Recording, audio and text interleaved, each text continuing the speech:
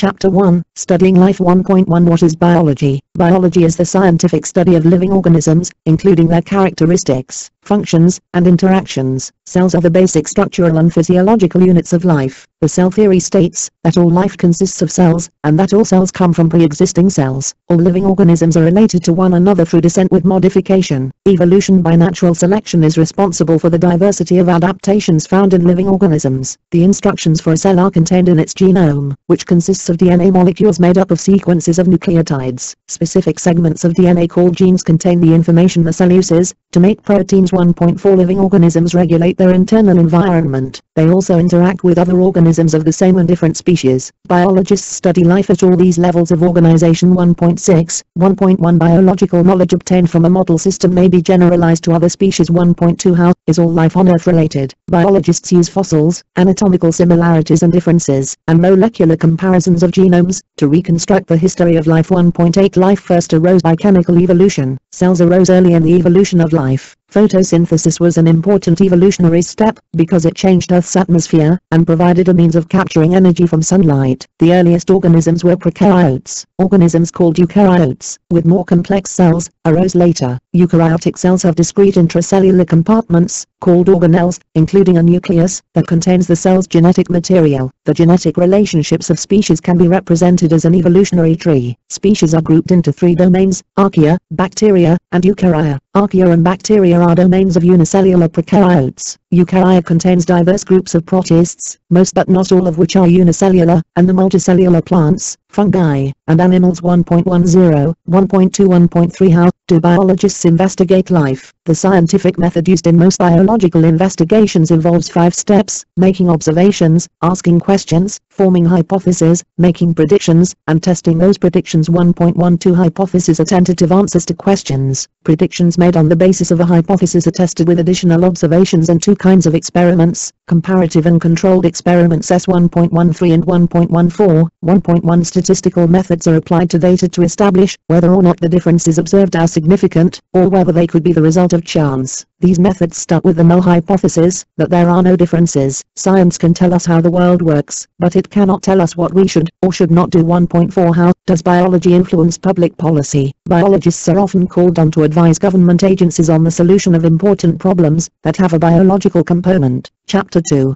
2.1 How does atomic structure explain the properties of matter? Matter is composed of atoms. Each atom consists of a positively charged nucleus made up of protons and neutrons, surrounded by electrons bearing negative charges. 2.1 The number of protons in the nucleus defines an element. There are many elements in the universe, but only a few of them make up the bulk of living organisms. C, H, O, P, N, and S. 2.2 Isotopes of an element differ in their numbers of neutrons. Radioisotopes are radioactive, emitting radiation as they break down. Electrons are distributed in shells, which are volumes of space defined by specific numbers of orbitals. Each orbital contains a maximum of 2 electrons. S. 2.4 and 2.5. 2.1 In losing, gaining, or sharing electrons to become more stable, an atom can combine with other atoms to form a molecule. 2.2 How do atoms bond to form molecules? 2.1 A chemical bond is an attractive force that links 2 atoms together in a molecule. 2.1 A compound is a substance made up of molecules with 2 or more elements bonded together in a fixed ratio, such as water, H2O, or table sugar, C6H12O6. Covalent bonds are strong bonds formed when 2 atoms share 1 or more pairs of electrons. 2.6 When 2 atoms of unequal electronegativity bond with each other, a polar covalent bond is formed. The 2 ends, or poles, of the bond have partial charges, plus or. 2.8 Ions are electrically charged bodies that form when an atom gains or loses 1 or more electrons in order to form more stable electron configurations. Anions and cations are negatively and positively charged ions, respectively. Different charges attract, and like charges repel each other. Ionic bonds are electrical attractions between oppositely charged ions. Ionic bonds are strong in solids, salts, but weaken when the ions are separated from one another in solution. 2.9 A hydrogen bond is a weak electrical attraction that forms between a plus hydrogen atom in one molecule and a atom in another molecule, or in another part of a large molecule. Hydrogen bonds are abundant in water. Non-polar molecules interact very little with polar molecules, including water. Non-polar molecules are attracted to one another by very weak bonds called van der Waals forces. 2.3 How do atoms change partners in chemical reactions? In chemical reactions, atoms combine or change their bonding partners. Reactants are converted into products. Some chemical reactions release energy as one of their products. Other reactions can occur only if energy is provided to the reactants. Neither matter nor energy is created or destroyed in a chemical reaction, but both change form. 2.13 Some chemical reactions, especially in biology, are reversible. That is, the products formed may be converted back to the reactants. In living cells, chemical reactions take place in multiple steps, so that the released energy can be harvested for cellular activities. 2.4 What makes water so important for life? Water's molecular structure and its capacity to form hydrogen bonds give it unique properties that are significant for life. 2.14 The high specific heat of water means that water gains or loses a great deal of heat when it changes state. Water's high heat of vaporization ensures effective cooling when water evaporates. The cohesion of water molecules refers to their capacity to resist coming apart from one another. Hydrogen bonds between water molecules play an essential role in these properties. A solution is produced when a solid substance, the solute, dissolves in a liquid, the solvent. Water is the critically important solvent for life. Acids are solutes that release hydrogen ions in aqueous solutions. Bases accept hydrogen ions. The pH of a solution is the negative logarithm of its hydrogen ion concentration. Values lower than pH 7 indicate that a solution is acidic. Values above pH 7 indicate a basic solution.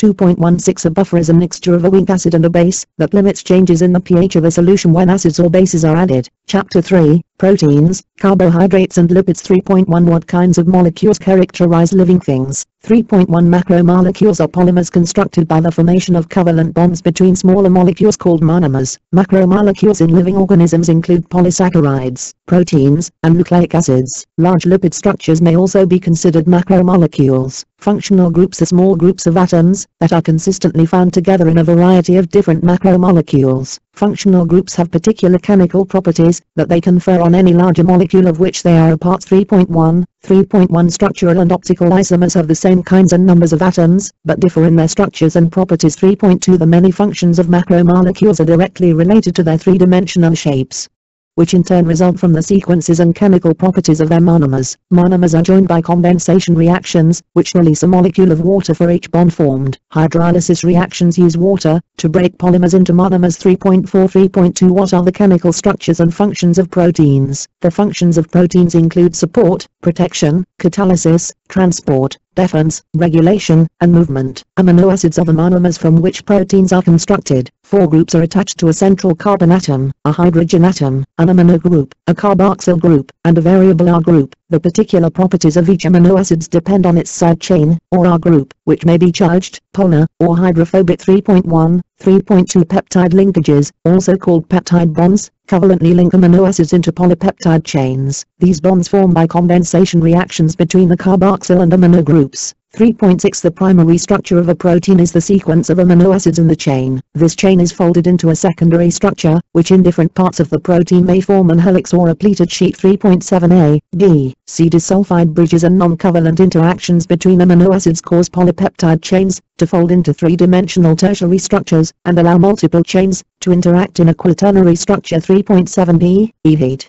Alterations in pH or certain chemicals can all result in protein denaturation, which involves the loss of tertiary and/or secondary structure as well as biological function. 3.9 The specific shape and structure of a protein allows it to bind non-covalently to other molecules. 3.11 Chaperone proteins enhance correct protein folding and prevent binding to inappropriate ligands. 3.3 What are the chemical structures and functions of carbohydrates? Carbohydrates contain carbon bonded to hydrogen and oxygen atoms in a ratio of 1:2:1, or CH2O.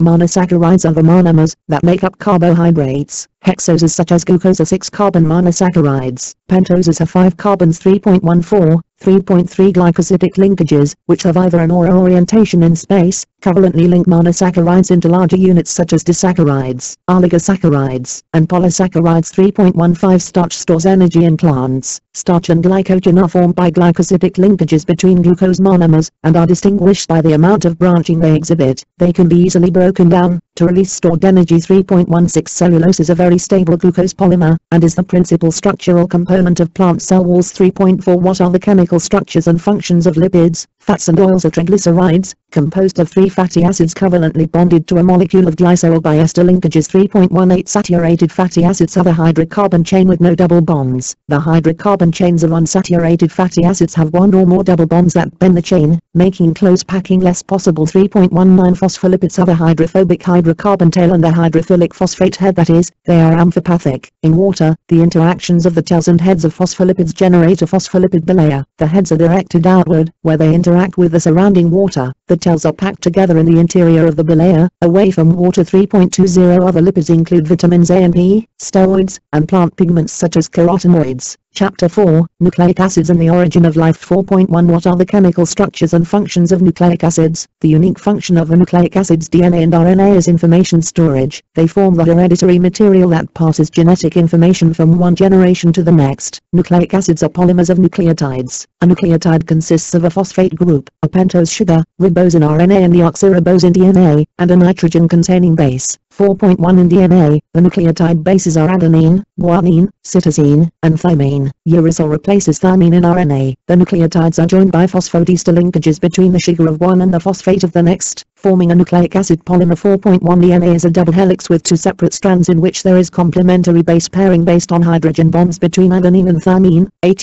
and between guanine and cytosine, GC. The 2 strands of the DNA double helix run in opposite directions. RNA consists of one chain of nucleotides. Hydrogen bonding can occur within the single strand of RNA, forming double-stranded regions, and giving the molecule a three-dimensional surface shape. S 4.2 and 4.3. 4.2 The information content of DNA and RNA resides in their base sequences. DNA is expressed as RNA in transcription. RNA can then specify the amino acid sequence of a protein in translation. S 4.5 and 4.6. 4.2 How and where did the small molecules of life originate? Historically, many cultures believed that life originates repeatedly by spontaneous generation. This was disproven experimentally. 4.7. 4.1 Life probably originated from chemical reactions. A prerequisite for life is the presence of water. The presence of chemical traces of life on meteorites that have landed on Earth suggests that life might have originated extraterrestrially. Chemical experiments modeling the prebiotic conditions on Earth have shown that the small molecules that characterize life could have been formed from atmospheric chemicals. 4.9. 4.2 4.3 How did the large molecules of life originate? Polymerization of small molecules to polymers could occur in small compartments such as droplets or on surfaces. Both of these conditions concentrate molecules such that reactions are favored. The metabolism first theory of polymerization proposes that chemical reactions involving small molecules evolved first, and some of them formed polymers that acted as genetic information and catalysts. The replicator first theory proposes that RNA formed early and acted as both genetic material and catalyst. Then reactions involving small molecules could occur. 4.10 In contemporary organisms, RNA can act as both an information molecule and as a catalyst. This favors the replicator first model. The RNA world may have been an important step on the way to life. 4.11 4.4 How did cells originate? A key to the emergence of living cells was the prebiotic chemical generation of compartments enclosed by membranes. Such enclosed compartments permitted the generation and maintenance of internal chemical conditions that were different from those in the exterior environment. In the laboratory, fatty acids and related lipids assemble into protocells that have some of the characteristics of cells. 4.13 Ancient rocks, 3.5 billion years old, have been found with imprints that are probably fossils of early cells. Chapter 5, Cells, the working units of life. 5.1 What features make cells the fundamental units of life? See 5.1 and 5.2 All cells come from pre-existing cells. Cells are small because a cell's surface area must be large compared with its volume to accommodate exchanges with its environment. 5.2 All cells are enclosed by a selectively permeable plasma membrane that separates their contents from the external environment. While certain biochemical processes, molecules, and structures are shared by all kinds of cells, two categories of cells, prokaryotes and eukaryotes, are easily distinguished. 5.2 What features characterize prokaryotic cells? Prokaryotic cells have no internal compartments, but have a nucleoid region containing DNA, and a cytoplasm containing cytosol, ribosomes, proteins, and small molecules. Some prokaryotes have additional protective structures, including a cell wall, an outer membrane and a capsule. 5.4 Some prokaryotes have folded membranes, that may be photosynthetic membranes, and some have flagellar or polyphomotility or attachment. 5.5 5.3 What features characterize eukaryotic cells? Eukaryotic cells are larger than prokaryotic cells, and contain many many membrane-enclosed organelles. The membranes that envelop organelles ensure compartmentalization of their functions. 5.7 Ribosomes are sites of protein synthesis. The nucleus contains most of the cell's DNA, and participates in the control of protein synthesis. 5.8 The endomembrane system, consisting of the endoplasmic reticulum and Golgi apparatus, is a series of interrelated compartments enclosed by membranes. It segregates proteins and modifies them. Lysosomes contain many digestive enzymes. S 5.10 and 5.11,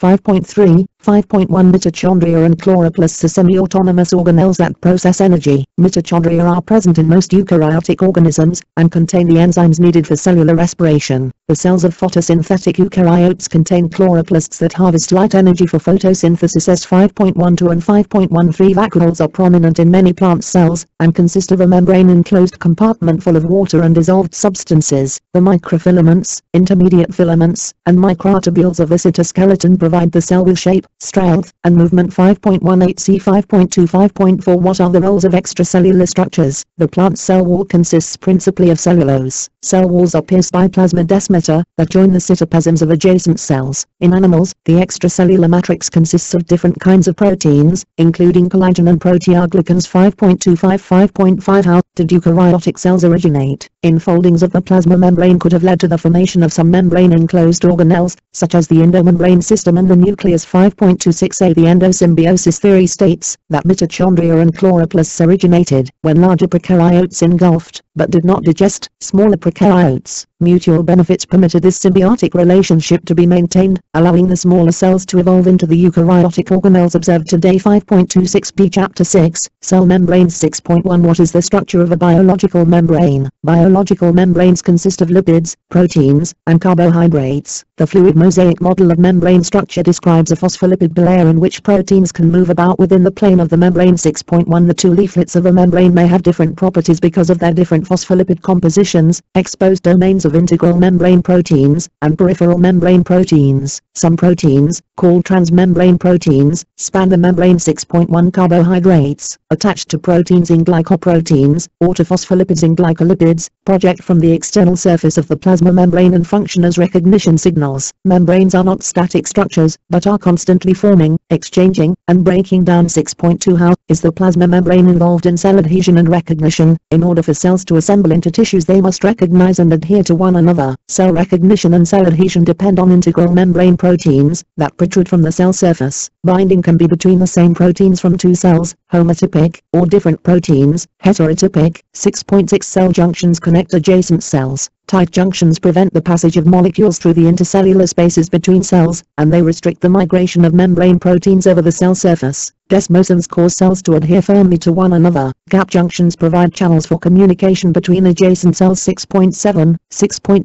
Integrins mediate the attachment of animal cells to the extracellular matrix. 6.8, 6.3 What are the passive processes of membrane transport? C 6.1 Membranes exhibit selective permeability, regulating which substances pass through them. A substance can diffuse passively across a membrane by one of two processes: simple diffusion through the phospholipid bilayer, or facilitated diffusion either through a channel, or by means of a carrier protein. A solute diffuses across a membrane from a region with a greater concentration of that solute to a region with a lesser concentration of that solute. Equilibrium is reached when the solute concentrations on both sides of the membrane show no net change over time. 6.9 In osmosis, water diffuses from a region of higher water concentration to a region of lower water concentration. Most cells are in an isotonic environment, where total solute concentrations on both sides of the plasma membrane are equal. If the solution surrounding a cell is hypertonic to the cell interior, more water enters the cell than leaves it. In plant cells, this leads to turgor pressure. In a hypertonic solution, more water leaves the cell than enters it. 6.10 Ion channels are membrane proteins that allow the rapid facilitated diffusion of ions through membranes. Gated channels can be opened or closed by certain conditions or chemicals. The opening or closing of channels, as well as an asymmetric distribution of charged molecules, sets up an electrochemical gradient on different sides of a membrane. 6.11 Aquaporins are water channels. 6.13 Carrier proteins bind to polar molecules such as sugars and amino acids and transport them across the membrane. The maximum rate of this type of facilitated diffusion is limited by the number of carrier, Transporter, proteins in the membrane. 6.14 What are the active processes of membrane transport? See 6.2 Active transport requires the use of chemical energy to move substances across membranes against their concentration gradients. Active transport proteins may be uniporters, symporters, or antiporters. 6.15 In primary active transport, energy from the hydrolysis of ATP is used to move ions into or out of cells. The sodium-potassium pump is an important example. 6.16 Secondary active transport couples the passive movement of one substance down its concentration gradient to the movement of another substance against its concentration gradient. Energy from ATP is used indirectly to establish the concentration gradient that results in the movement of the first substance. 6.17 6.5 How do large molecules enter and leave a cell? See 6.3 Endocytosis is the transport of macromolecules, large particles, and small cells into eukaryotic cells via the invagination of the plasma membrane and the formation of vesicles. Phagocytosis and pinocytosis are types of endocytosis. 6.18 In receptor-mediated endocytosis, a specific receptor protein on the plasma membrane binds to a particular macromolecule. In exocytosis, materials in vesicles are secreted from the cell when the vesicles fuse with the plasma membrane. 6.18b 6.6 What are some other functions of membranes? Membranes function as sites for energy transformations, for organizing chemical reactions, and for recognition and initial processing of extracellular signals. 6.20 Chapter 7, Cell Signaling and Communication. 7.1 What are signals, and how do cells respond to them? Cells receive many signals from the physical environment, and from other cells. Chemical signals are often at very low concentrations. Autocrine signals affect the cells that make them. Paracrine signals diffuse to and affect nearby cells. 7.1 A signal transduction pathway involves the interaction of a signal molecule with a receptor, the transduction and amplification of the signal via a series of steps within the cell, and effects on the function of the cell. 7.2 How do signal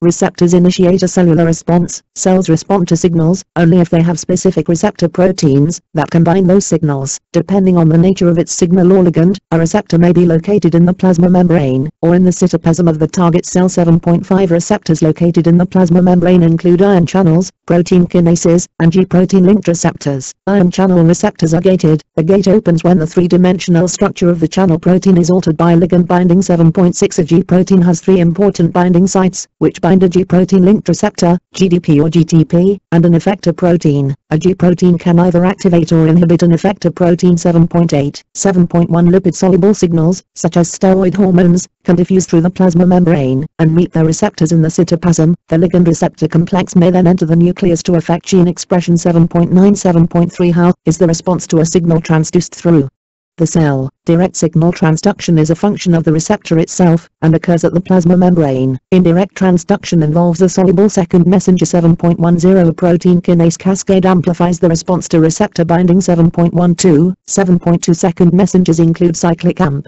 inositol trisphosphate, IP3, diacylglycerol, DAG, and calcium ions. IP3 and DAG are derived from the phospholipid phosphatidyl inositol bisphosphate, PIP2. The gas nitric oxide, NO, is involved in signal transduction in human smooth muscle cells. 7.17 Signal transduction can be regulated in several ways. The balance between activating and inactivating the molecules involved determines the ultimate cellular response to a signal. 7.18 7.4 How do cells change in response to signals? The cellular responses to signals may be the opening of ion channels, the alteration of enzyme activities, or changes in gene expression. 7.19 Protein kinases covalently add phosphate groups to target proteins. CAMP binds target proteins non-covalently. Both kinds of binding change the target protein's conformation to expose or hide its active site. Activated enzymes may activate other enzymes in a signal transduction pathway, leading to impressive amplification of a signal. 7.20 7.5 How do cells communicate directly? Many adjacent animal cells can communicate with one another directly through small pores in their plasma membranes called gap junctions. Protein structures called connexins form thin channels between two adjacent cells through which small signal molecules and ions can pass. 7.21 A plant cells are connected by somewhat larger pores called plasmodesmata, which traverse both plasma membranes and cell walls. The desmotobule narrows the opening of the plasmodesma. 7.21b 7.2 Chapter 8 Energy, Enzymes and Metabolism. 8.1 What physical principles underlie biological energy transformations? Energy is the capacity to do work. In a biological system, the usable energy is called free energy, G. The unusable energy is entropy, a measure of the disorder in the system. Potential energy is the energy of state or position, it includes the energy stored in chemical bonds. Kinetic energy is the energy of motion, it is the type of energy that can do work. The laws of thermodynamics apply to living organisms. The first law states that energy cannot be created or destroyed. The second law states that energy transformations decrease the amount of energy available to do work, free energy, and increase disorder. 8.2 The change in free energy, G, of a reaction determines its point of chemical equilibrium, at which the forward and reverse reactions proceed at the same rate. An exergonic reaction releases free energy, and has a negative G. An endergonic reaction consumes, or acquires free energy, and has a positive G. Endergonic reactions proceed only if free energy is provided. 8.3 Metabolism is the sum of all the biochemical, metabolic, reactions in an organism. Catabolic reactions are associated with the breakdown of complex molecules and release energy, are exergonic. Anabolic reactions build complexity in the cell, and are endergonic. 8.2 What is the role of ATP in biochemical energetics? Adenosine triphosphate, ATP, serves as an energy currency in cells. Hydrolysis of ATP releases a relatively large amount of free energy. The ATP cycle couples exergonic and endergonic reactions, harvesting free energy from exergonic reactions, and providing free energy for endergonic reactions. 8.6, 8.1 8.3 What are enzymes? The rate of a chemical reaction is independent of G, but is determined by the energy barrier. Enzymes are protein catalysts that affect the rates of biological reactions, by lowering the energy barrier, supplying the activation energy, EA, needed to initiate reactions. 8.10, 8.2 A substrate binds to the enzyme's active site, the site of catalysis, forming an enzyme-substrate complex. Enzymes are highly specific for their substrates. 8.4 How do enzymes work? At the active site, a substrate can be oriented correctly, chemically modified, or strained. As a result, the substrate readily forms its transition state, and the reaction proceeds. 8.11 Binding substrate causes many enzymes to change shape, exposing their active site or sites and allowing catalysis. The change in enzyme shape caused by substrate binding is known as induced. At 8.12 Some enzymes require other substances, known as cofactors, to carry out catalysis. Prosthetic groups are permanently bound to enzymes. Coenzymes are not. A coenzyme can be considered a substrate, as it is changed by the reaction, and then released from the enzyme. Substrate concentration affects the rate of an enzyme-catalyzed reaction. 8.5 How are enzyme activities regulated? Metabolism is organized into pathways in which the product of one reaction is a reactant for the next reaction. Each reaction in the pathway is catalyzed by an enzyme. Enzyme activity is subject to regulation. Some inhibitors bind irreversibly to enzymes, others bind reversibly. 8.15 and 8.16, 8.1 An allosteric effector binds to a site other than the active site, and stabilizes the active or inactive form of an enzyme. 8.17, 8.2 The end product of a metabolic pathway may inhibit an enzyme that catalyzes the commitment step of that pathway.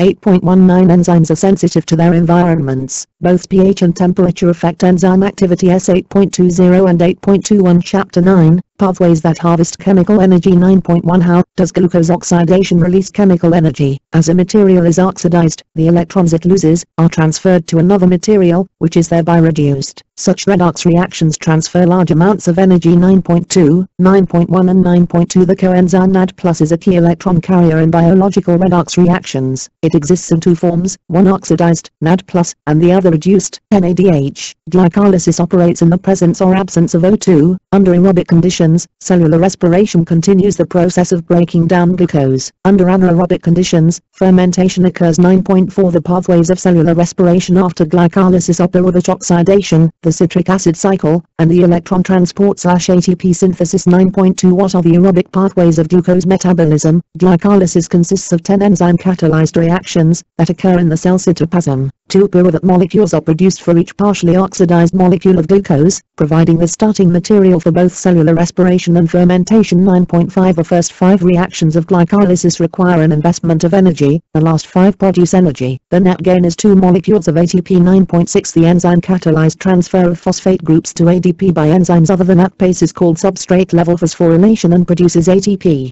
Pyruvate oxidation follows glycolysis and links glycolysis to the citric acid cycle. This pathway converts pyruvate into acetyl-CoA. Acetyl-CoA is the starting point of the citric acid cycle. It reacts with oxaloacetate to produce citrate. A series of 8 enzyme-catalyzed reactions oxidize citrus and regenerate oxaloacetate, continuing the cycle. 9.7, 9.3 9.3 How does oxidative phosphorylation form ATP? Oxidation of electron carriers in the presence of O2 releases energy that can be used to form ATP in a process called oxidative phosphorylation. The NADH and FADH2 produced in glycolysis, pyruvate oxidation, and the citric acid cycle are oxidized by the respiratory chain, regenerating NAD+ and FAD. Oxygen, O2, is the final acceptor of electrons and protons, forming water, H2O. 9.8, 9.4 The respiratory chain not only transports electrons, but also pumps protons across the inner mitochondrial membrane, creating the proton motive force. Protons driven by the proton motive force can return to the mitochondrial matrix via ATP synthase, a molecular motor that couples this movement of protons to the synthesis of ATP. This process is called chemiosmosis. 9.9, S 9.1 and 9.2 9.4 How is energy harvested from glucose in the absence of oxygen? In the absence of O2, glycolysis is followed by fermentation.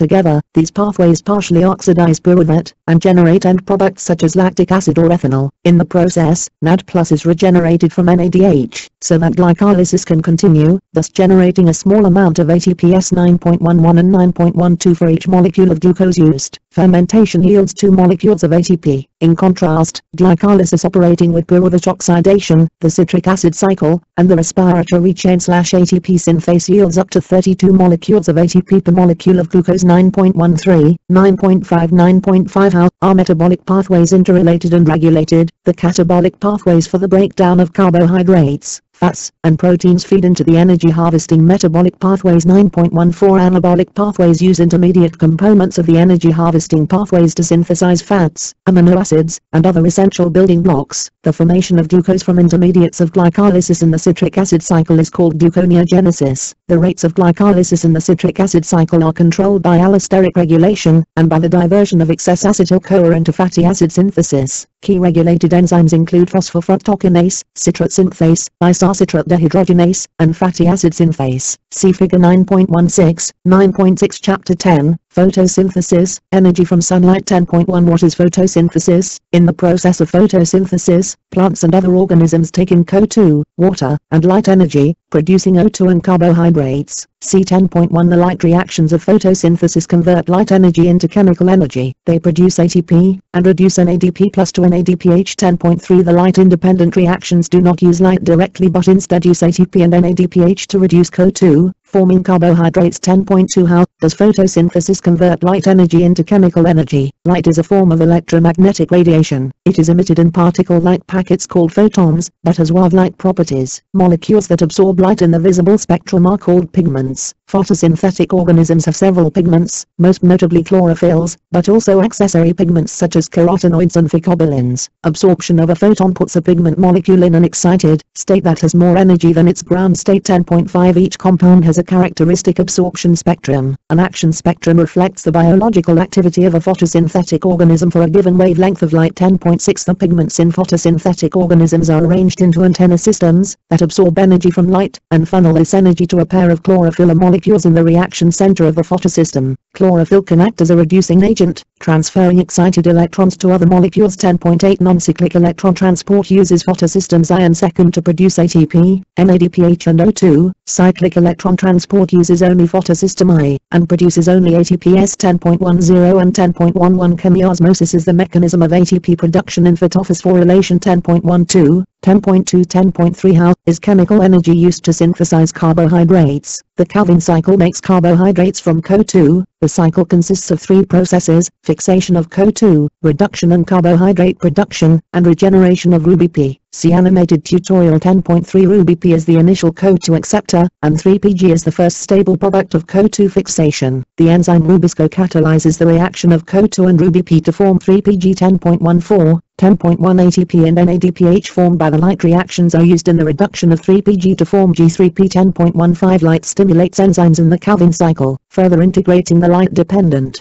and light-independent pathways. 10.4 How do plants adapt to the inefficiencies of photosynthesis? Rubisco can catalyze a reaction between O2 and RuBP in addition to the reaction between CO2 and RuBP. At high temperatures and low CO2 concentrations, the oxygenase function of rubisco is favored over its carboxylase function. When rubisco functions as an oxygenase, the result is photorespiration, which significantly reduces the efficiency of photosynthesis. In C4 plants, CO2 reacts with PEP to form a 4-carbon intermediate in mesophyll cells. The 4-carbon product releases its CO2 to rubisco in the bundle-sheathed cells in the interior of the leaf. 10.18 10.2 CAM plants operate much like C4 plants, but their initial CO2 fixation by PEP carboxylase is temporally separated from the Calvin cycle, rather than spatially separated as in C4 plants.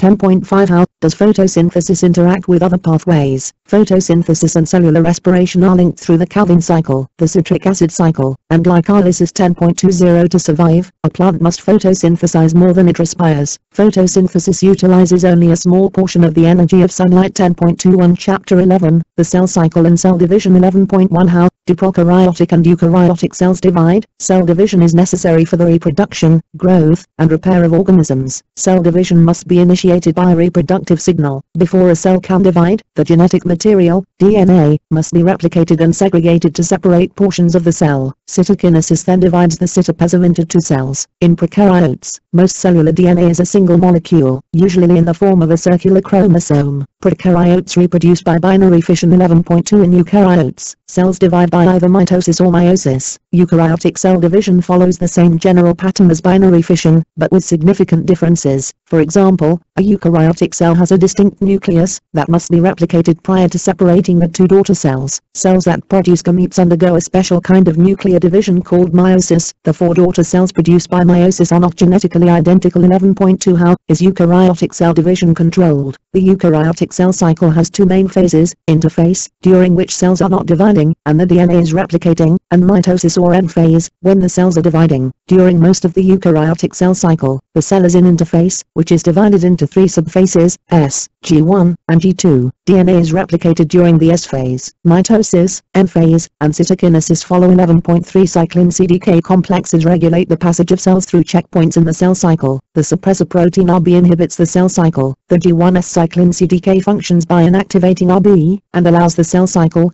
to progress beyond the restriction point. S. 11.5 and 11.6 External controls such as growth factors can also stimulate the cell to begin a division cycle. 11.3 What happens during mitosis? See 11.1 In mitosis, a single nucleus gives rise to 2 nuclei that are genetically identical to each other, and to the parent nucleus. DNA is wrapped around proteins called histones, forming bed-like units called nucleosomes. A eukaryotic chromosome contains strings of nucleosomes bound to proteins in a complex called chromatin. 11.9 At mitosis, the replicated chromosomes, called sister chromatids, are held together at the centromere. Each chromatid consists of 1 double-stranded DNA molecule. 11.10 11.1 Mitosis can be divided into several phases called prophase, prometaphase, metaphase, anaphase, and telophase. During mitosis, sister chromatids, attached by cohesin, line up at the equatorial plate and attach to the spindle. The chromatids separate, becoming daughter chromosomes, and migrate to opposite ends of the cell. 11.11 Part 1, Part 2, Part 3. 11.2 Nuclear division is usually followed by cytokinesis. Animal cell cytoplasms divide via a contractile ring made up of actin microfilaments. In plant cells, cytokinesis is accomplished by vesicles that fuse to form the cell plate. 11.13 11.4 What role does cell division play in a sexual life cycle? Asexual reproduction produces clones, new organisms, that are genetically identical to the parent. Any genetic variation is the result of mutations. In sexual reproduction, 2 haploid gametes, one from each parent, unite in fertilization to form a genetically unique, diploid zygote. There are many different sexual life cycles that can be haplontic, diplontic, or involve alternation of generations. 11.15 11.3 In sexually reproducing organisms, certain cells in the adult undergo meiosis, a process by which a diploid cell produces haploid gametes. Each gamete contains one of each pair of homologous chromosomes from the parent. The numbers, shapes, and sizes of the chromosomes constitute the karyotype of an organism. 11.5 What happens during meiosis? See 11.2 Meiosis consists of 2 nuclear divisions, meiosis I and meiosis II, that collectively reduce the chromosome number from diploid to haploid. It ensures that each haploid cell contains 1 member of each chromosome pair, and results in 4 genetically diverse haploid cells, usually gametes. 11.17 Part 1, Part 2, Part 3, Part 4. 11.4 In meiosis I, entire chromosomes, each with 2 chromatids, migrate to the poles. In meiosis II, the sister chromatids separate. During prophase I, homologous chromosomes undergo synapsis to form pairs in a tetrad. Chromatids can form junctions called chiasmata, and genetic material may be exchanged between the two homologs by crossing over. 11.18 Both crossing over during prophase and independent assortment of the homologs as they separate during anaphase ensure that the gametes are genetically diverse. In non-disjunction, two members of a homologous pair of chromosomes go to the same pole during meiosis I, or two chromatids go to the same pole during meiosis II. This leads to one gamete having an extra chromosome and another lacking that chromosome. 11.21 The union between a gamete with an abnormal chromosome number and a normal haploid gamete results in aneuploidy. Such genetic abnormalities are harmful or lethal to the organism. 11.6 In a living organism, how do cells die? A cell may die by necrosis, or it may self-destruct by apoptosis, a genetically programmed series of events that includes the fragmentation of its nuclear DNA. Apoptosis is regulated by external and internal signals. These signals result in activation of a class of enzymes called caspases that hydrolyze proteins in the cell. 11.2 to 11.7 How does unregulated cell division lead to cancer? Cancer cells divide more rapidly than normal cells, and can be metastatic, spreading to distant organs in the body. Cancer can result from changes in either of two types of proteins that regulate the cell cycle. Oncogene proteins stimulate cell division, and are activated in cancer. Tumor suppressor proteins normally inhibit the cell cycle, but in cancer they are inactive. 11.24 Cancer treatment often targets the cell cycle in tumor cells. 11.25 Chapter 12, Inheritance, Genes, and Chromosomes. 12.1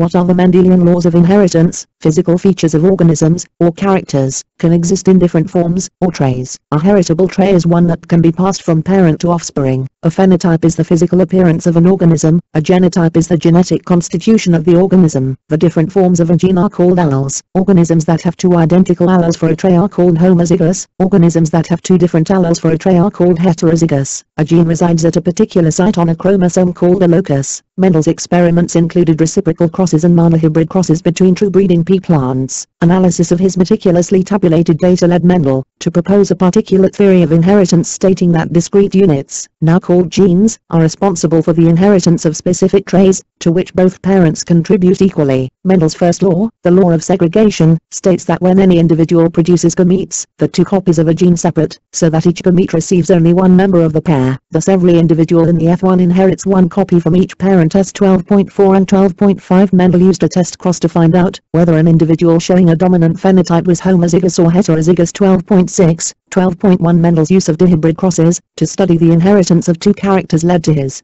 second law, the law of independent assortment. The independent assortment of genes in meiosis leads to recombinant phenotypes. S 12.7 and 12.8. 12.1 Probability calculations and pedigrees help geneticists trace Mendelian inheritance patterns. S 12.9 and 12.10. 12.2 How do alleles interact? New alleles arise by random mutation. Many genes have multiple alleles. A wild-type allele gives rise to the predominant form of a trait. When the wild-type allele is present at a locus less than 99% of the time, the locus is said to be polymorphic. 12.11 In incomplete dominance, neither of two alleles is dominant. The heterozygous phenotype is intermediate between the homozygous phenotypes. 12.12 Codominance exists when two alleles at a locus produce two different phenotypes that both appear in heterozygotes. An allele that affects more than one trait is said to be pleiotropic. 12.3 How do genes interact? In epistasis, one gene affects the expression of another. 12.14 Environmental conditions can affect the expression of a genotype. Penetrance is the proportion of individuals in a group with a given genotype that show the expected phenotype. Expressivity is the degree to which a genotype is expressed in an individual. Variations in phenotypes can be qualitative, discrete, or quantitative, graduated, continuous. Most quantitative traits are the result of the effects of several genes and the environment. Genes that together determine quantitative characters are called quantitative traits. 12.4 What is the relationship between genes and chromosomes? See 12.2 Each chromosome carries many genes. Genes on the same chromosome are referred to as a linkage group. Genes on the same chromosome can recombine by crossing over. The resulting recombinant chromosomes have new combinations of alleles. S 12.19 and 12.20 Sex chromosomes carry genes that determine whether the organism will produce male or female gametes. All other chromosomes are called autosomes. The specific functions of X and Y chromosomes differ among different groups of organisms. Primary sex determination in mammals is usually a function of the presence or absence of the SOY gene. Secondary sex determination results in the outward manifestations of maleness or femaleness. In fruit flies and mammals, the X chromosome carries many genes, but the Y chromosome has only a few. Males have only one allele, are hemizygous, for X-linked genes, so recessive sex-linked mutations are expressed phenotypically more often in males than in females. Females may be unaffected carriers of such alleles. 12.5 What are the effects of genes outside the nucleus? Cytoplasmic organelles such as plastids and mitochondria contain small numbers of genes. In many organisms, cytoplasmic genes are inherited only from the mother, because the male gamete contributes only its nucleus, that is, no cytoplasm, to the zygote at fertilization. 12.25 12.6 How do prokaryotes transmit genes? Prokaryotes reproduce primarily asexually, but can exchange genes in a sexual process, called conjugation. 12.26 Plasmids are small, extra chromosomes in bacteria, that carry genes involved in important metabolic processes and that can be transmitted from one cell to another. 12.27 See 12.2 and 12.3.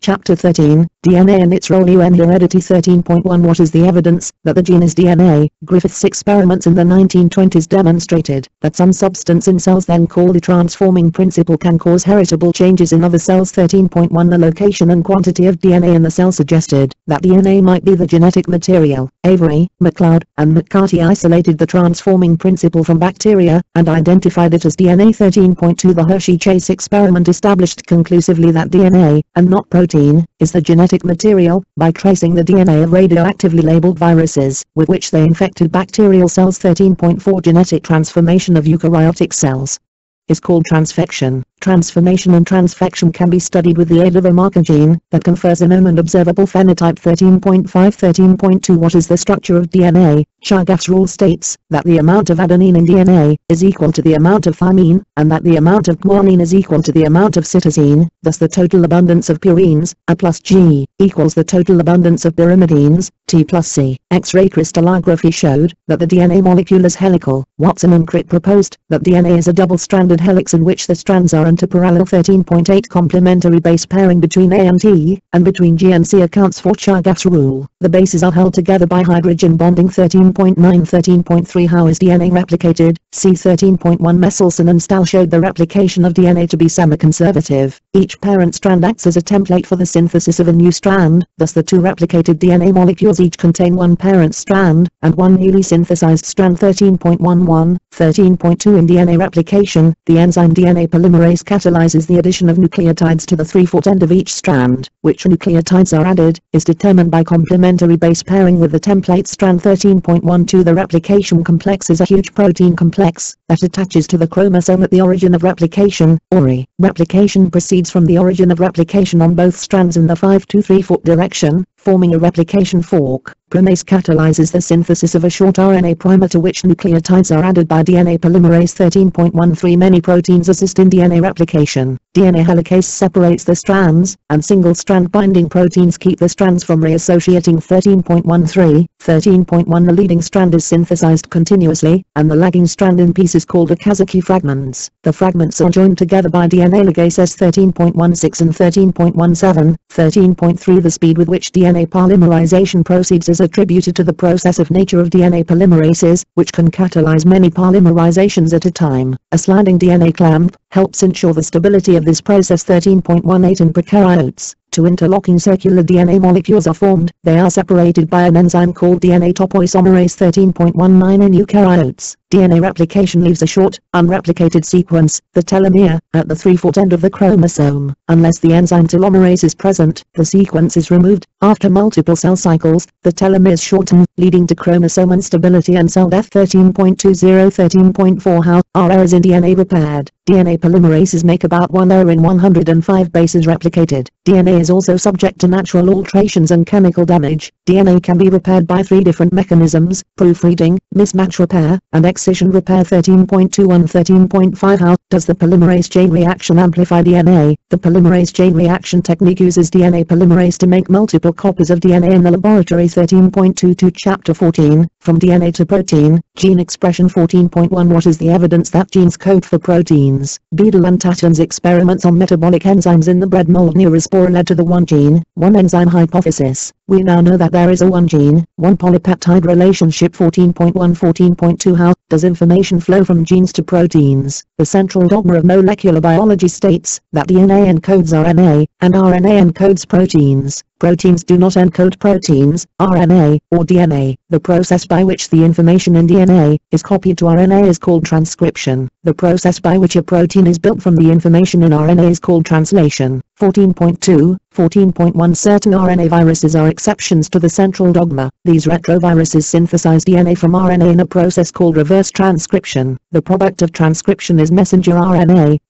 transfer RNA, molecules are adapters that translate the genetic information in the RNA into a corresponding sequence of amino acids to produce a polypeptide. 14.3 How is the information content in DNA transcribed to produce RNA? In a given gene, only one of the two strands of DNA, the template strand, acts as a template for transcription. RNA polymerase is the catalyst for transcription. RNA transcription from DNA proceeds in 3 steps: initiation, elongation, and termination. 14.4, 14.1 Initiation requires a promoter, to which RNA polymerase binds. Part of each promoter is the initiation site, where transcription begins. Elongation of the RNA molecule proceeds from the 5' to 3' particular base sequences specify termination, at which point transcription ends and the RNA transcript separates from the DNA template. The genetic code is a language of triplets of mononucleotide bases, codons, corresponding to 20 specific amino acids. There are start and stop codons as well. The code is redundant. An amino acid may be represented by more than one codon, but not ambiguous. No single codon represents more than one amino acid. S 14.5 and 14.6, 14.2 and 14.2. 14.4 How is eukaryotic DNA transcribed in the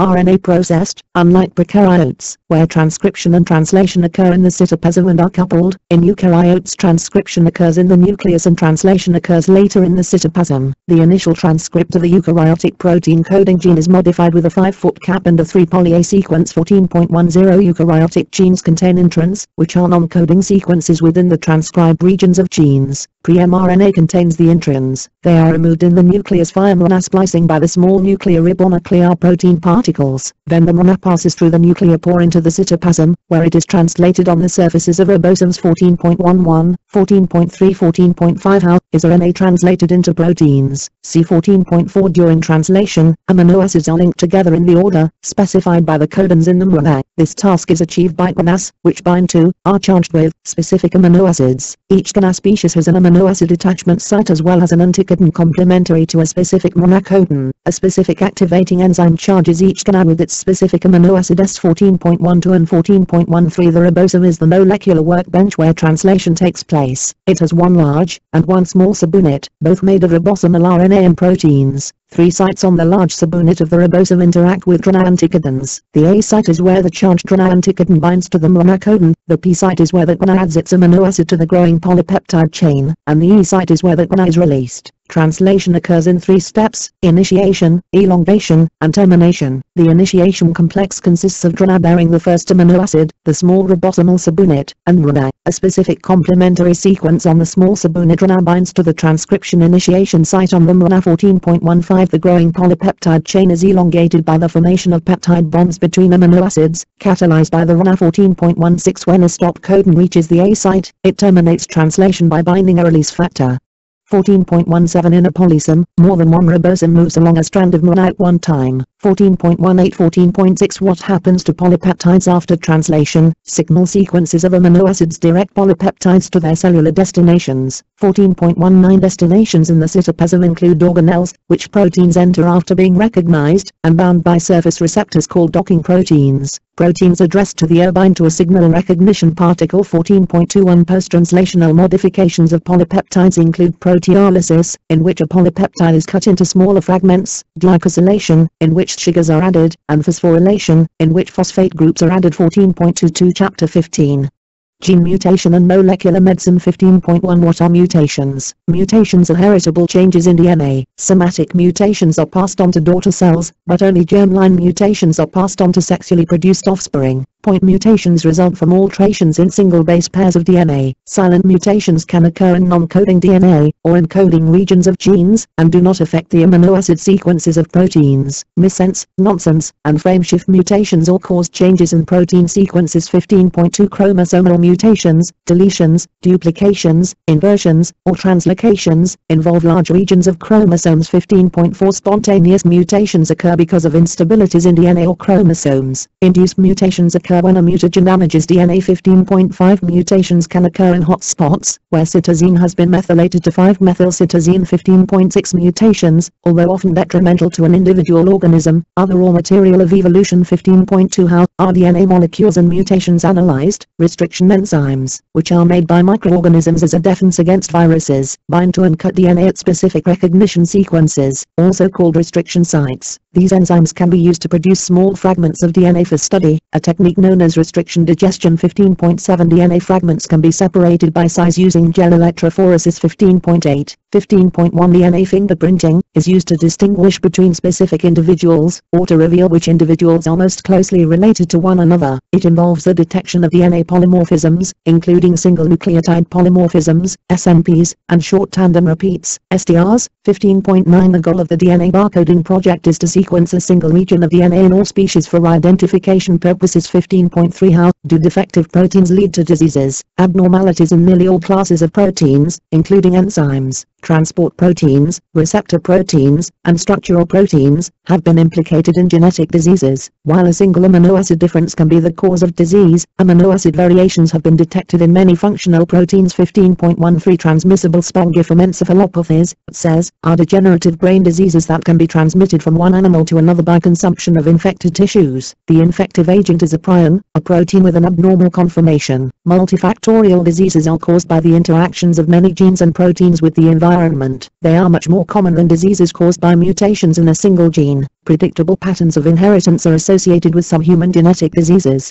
Autosomal recessive, autosomal dominant, and sex-linked patterns are common. 15.4 What DNA changes lead to genetic diseases? It is possible to isolate both the mutant genes and the abnormal proteins responsible for human diseases. 15.15 The effects of Fragile X syndrome worsen with each generation. This pattern is the result of an expanding triplet repeat. 15.18 15.5 How is genetic screening used to detect human diseases? Genetic screening is used to detect human genetic diseases, alleles predisposing people to those diseases, or carriers of those diseases. Genetic screening can be done by looking for abnormal protein expression. 15.19 DNA testing is the direct identification of mutant alleles. Any cell can be tested at any time in the life cycle. The two predominant methods of DNA testing are the allele-specific cleavage method and allele-specific oligonucleotide hybridization method. 15.20 and 15.21 Animated tutorial. 15.2 15.6 How are genetic diseases treated? There are three ways to modify the phenotype of a genetic disease: restrict the substrate of a deficient enzyme, inhibit a harmful metabolic reaction, or supply a missing protein. 15.22 Cancer is treated with metabolic inhibitors. In gene therapy, a mutant gene is replaced with a normal gene. Both ex vivo and in vivo therapies are being developed. 15.23 Chapter 16 Regulation of gene expression. 16.1 How do viruses regulate their gene expression? Viruses are not cells, and rely on host cells to reproduce. The basic unit of a virus is a virion, which consists of a nucleic acid genome, DNA, or RNA, and a protein coat, called a capsid. Bacteriophage are viruses that infect bacteria. Viruses undergo a lytic cycle, which causes the host cell to burst, releasing new virions. Some viruses have promoters that bind host RNA polymerase, which they use to transcribe their own genes and proteins. 16.3 Rarely, a phage will transfer bacterial genes to a new host in the process of transduction. Some viruses can also undergo a lysogenic cycle, in which a molecule of their DNA, called a prophage, is inserted into the host chromosome, where it replicates for generations. 16.4 The cellular environment determines whether a phage undergoes a lytic or a lysogenic cycle. Regulatory proteins that compete for promoters on phage DNA control the switch between the two life cycles. 16.5 Retrovirus uses reverse transcriptase to generate a provirus from its RNA genome. The provirus is incorporated into the host's DNA, and can be activated to produce new virions. 16.6 How is gene expression regulated in prokaryotes? Some proteins are synthesized only when they are needed.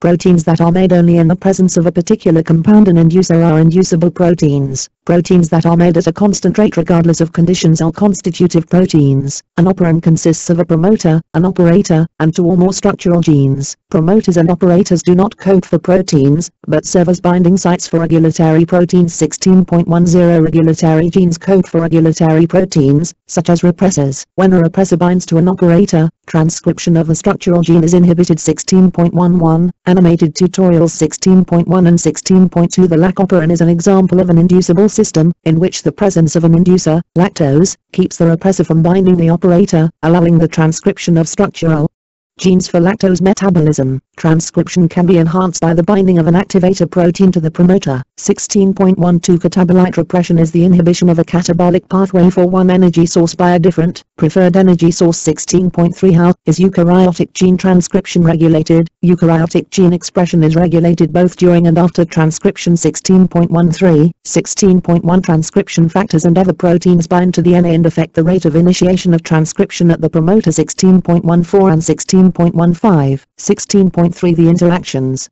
of these proteins with DNA are highly specific, and depend on protein domains and DNA sequences. Genes at distant locations from one another can be coordinately regulated by common transcription factors and promoter elements. 16.17 16.4 How do epigenetic changes regulate gene expression? Epigenetics refers to changes in gene expression that do not involve changes in DNA sequences. Methylation of cytosine residues generally inhibits transcription. 16.18 Modifications of histone proteins and nucleosomes make transcription either easier or more difficult. 16.19 Epigenetic changes can occur because of the environment. DNA methylation can explain genome imprinting, where the expression of a gene depends on its parental origin. 16.20 16.5 How is eukaryotic gene expression regulated after transcription? Alternative splicing of pre-mRNA can produce different proteins. 16.22 MicroRNAs are small RNAs that do not code for proteins, but regulate the translation and longevity of mRNA. 16.23 The translation of mRNA to proteins can be regulated by translational repressors. The proteasome can break down proteins, thus affecting protein longevity. 16.24 16.2 Chapter 17, Genome. 17.1 How are genomes sequenced? The sequencing of genomes required the development of ways to cut large chromosomes into fragments, sequence each of the fragments, and then line them up on the chromosome. 17.1 Hierarchical sequencing involves mapping the genome with genetic markers, cutting the genome into smaller pieces and sequencing them, then lining up the sequences using the markers. Shotgun sequencing involves directly cutting the genome into overlapping fragments, sequencing them, and using a computer to line up the sequences. DNA sequencing technologies involve labeled nucleotides that terminate the growing polynucleotide chain. 17.2 Rapid, automated methods for high-throughput sequencing are being developed. 17.3 17.2 What have we learned from sequencing prokaryotic genomes? DNA sequencing is used to study the genomes of prokaryotes that are important to humans and ecosystems. Functional genomics aims to determine the functions of gene products. Comparative genomics involves comparisons of genes and genomes from different organisms to identify common features and functions. Transposable element and transposons can move about the genome. 17.6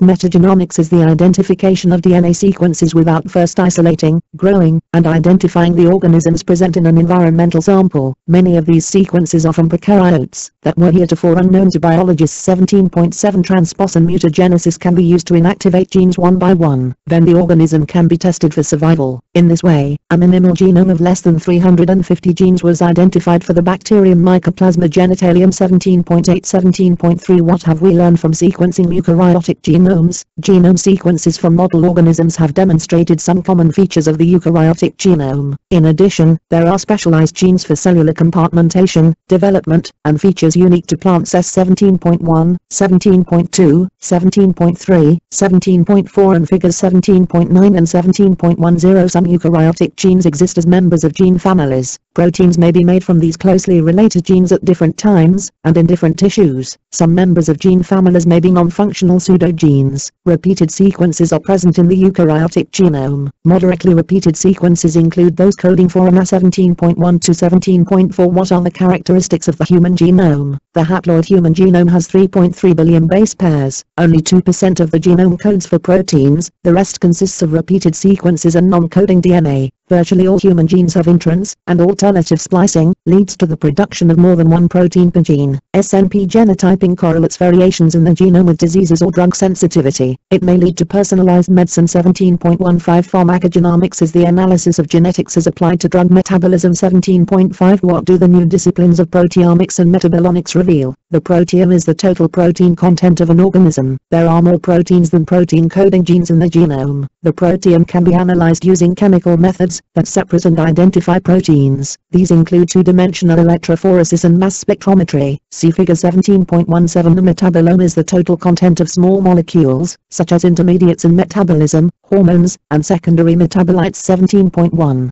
Chapter 18, Recombinant DNA and Biotechnology. 18.1 What is recombinant DNA? Recombinant DNA is formed by the combination of two DNA sequences from different sources. 18.1 Many restriction enzymes make staggered cuts in the two strands of DNA, creating fragments that have sticky ends with unpaired bases. DNA fragments with sticky ends can be used to create recombinant DNA. DNA molecules from different sources can be cut with the same restriction enzyme, and spliced together using DNA ligase. 18.2 How are new genes inserted into cells? One goal of recombinant DNA technology is to clone a particular gene, either for analysis or to produce its protein product in quantity. Bacteria, yeasts, and cultured plant and animal cells are commonly used as hosts for recombinant DNA. The insertion of foreign DNA into host cells is called transformation or transfection. For animal cells, transformed or transfected cells are called transgenic cells. Various methods are used to get recombinant DNA into cells. These include chemical or electrical treatment of the cells, the use of viral vectors, and injection. Agrobacterium tumefaciens is often used to insert DNA into plant cells. To identify host cells that have taken up a foreign gene, the inserted sequence can be tagged with one or more apporter genes, which are genetic markers with easily identifiable phenotypes. Selectable markers allow for the selective growth of transgenic cells. Replication of a foreign gene in the host cell requires that it become part of a segment of DNA that contains a replicon, origin, and terminus of replication. Vectors are DNA sequences that can carry new DNA into host cells.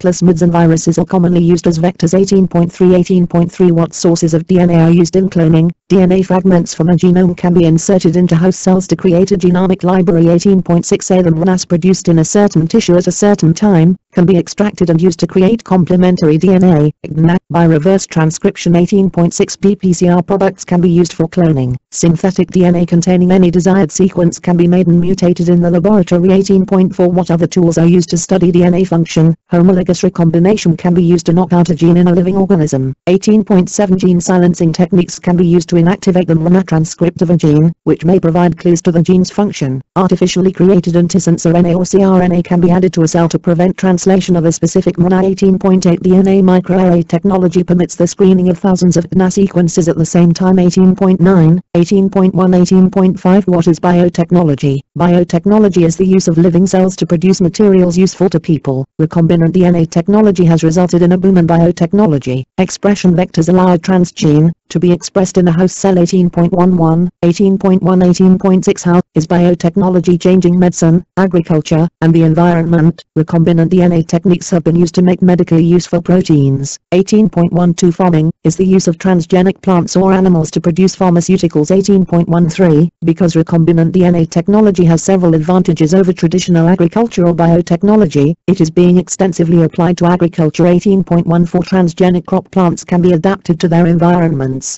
rather than vice versa. Bioremediation is the use of organisms, which are often genetically modified, to improve the environment by breaking down pollutants. There is public concern about the application of recombinant DNA technology to food production. Chapter 19, Differential Gene Expression in Development. 19.1 What are the processes of development? A multicellular organism begins its development as an embryo. A series of embryonic stages precedes the birth of an independent organism. 19.1 The processes of development are determination, differentiation, morphogenesis, and growth. Differential gene expression is responsible for the differences between cell types. Cell fate is determined by environmental factors, such as the cell's position in the embryo, as well as by intracellular influences. 19.2 Determination is followed by differentiation, the actual changes in biochemistry, structure, and function that result in cells of different types. Determination is a commitment, differentiation is the realization of that commitment. 19.2 Is cell differentiation irreversible? The zygote is totipotent, it is capable of forming every type of cell in the adult body. The ability to create clones from differentiated cells demonstrates the principle of genomic equivalence. S19.3 and 19.4 stem cells produce daughter cells that differentiate when provided with appropriate intercellular signals. Some multipotent stem cells in the adult body can differentiate into a limited number of cell types to replace dead cells and maintain tissues. 19.5 embryonic stem cells are pluripotent and can be cultured in the laboratory. Under suitable environmental conditions, these cells can differentiate into any tissue type. Induced pluripotent stem cells have similar characteristics. This has led to technologies to replace cells or tissues damaged by injury or disease. 19.6, 19.1, 19.3 What is the role of gene expression in cell differentiation? Differential gene expression results in cell differentiation. Transcription factors are especially important in regulating gene expression during differentiation. Complex interactions of many genes and their products are responsible for differentiation during development. 19.7, 19.4 How is self-fate determined? Cytoplasmic segregation. The unequal distribution of cytoplasmic determinants in the egg, zygote, or early embryo can establish polarity and lead to self-fate determination. S19.8 and 19.9, 19.2 Induction is a process by which embryonic animal tissues direct the development of neighboring cells and tissues by secreting chemical signals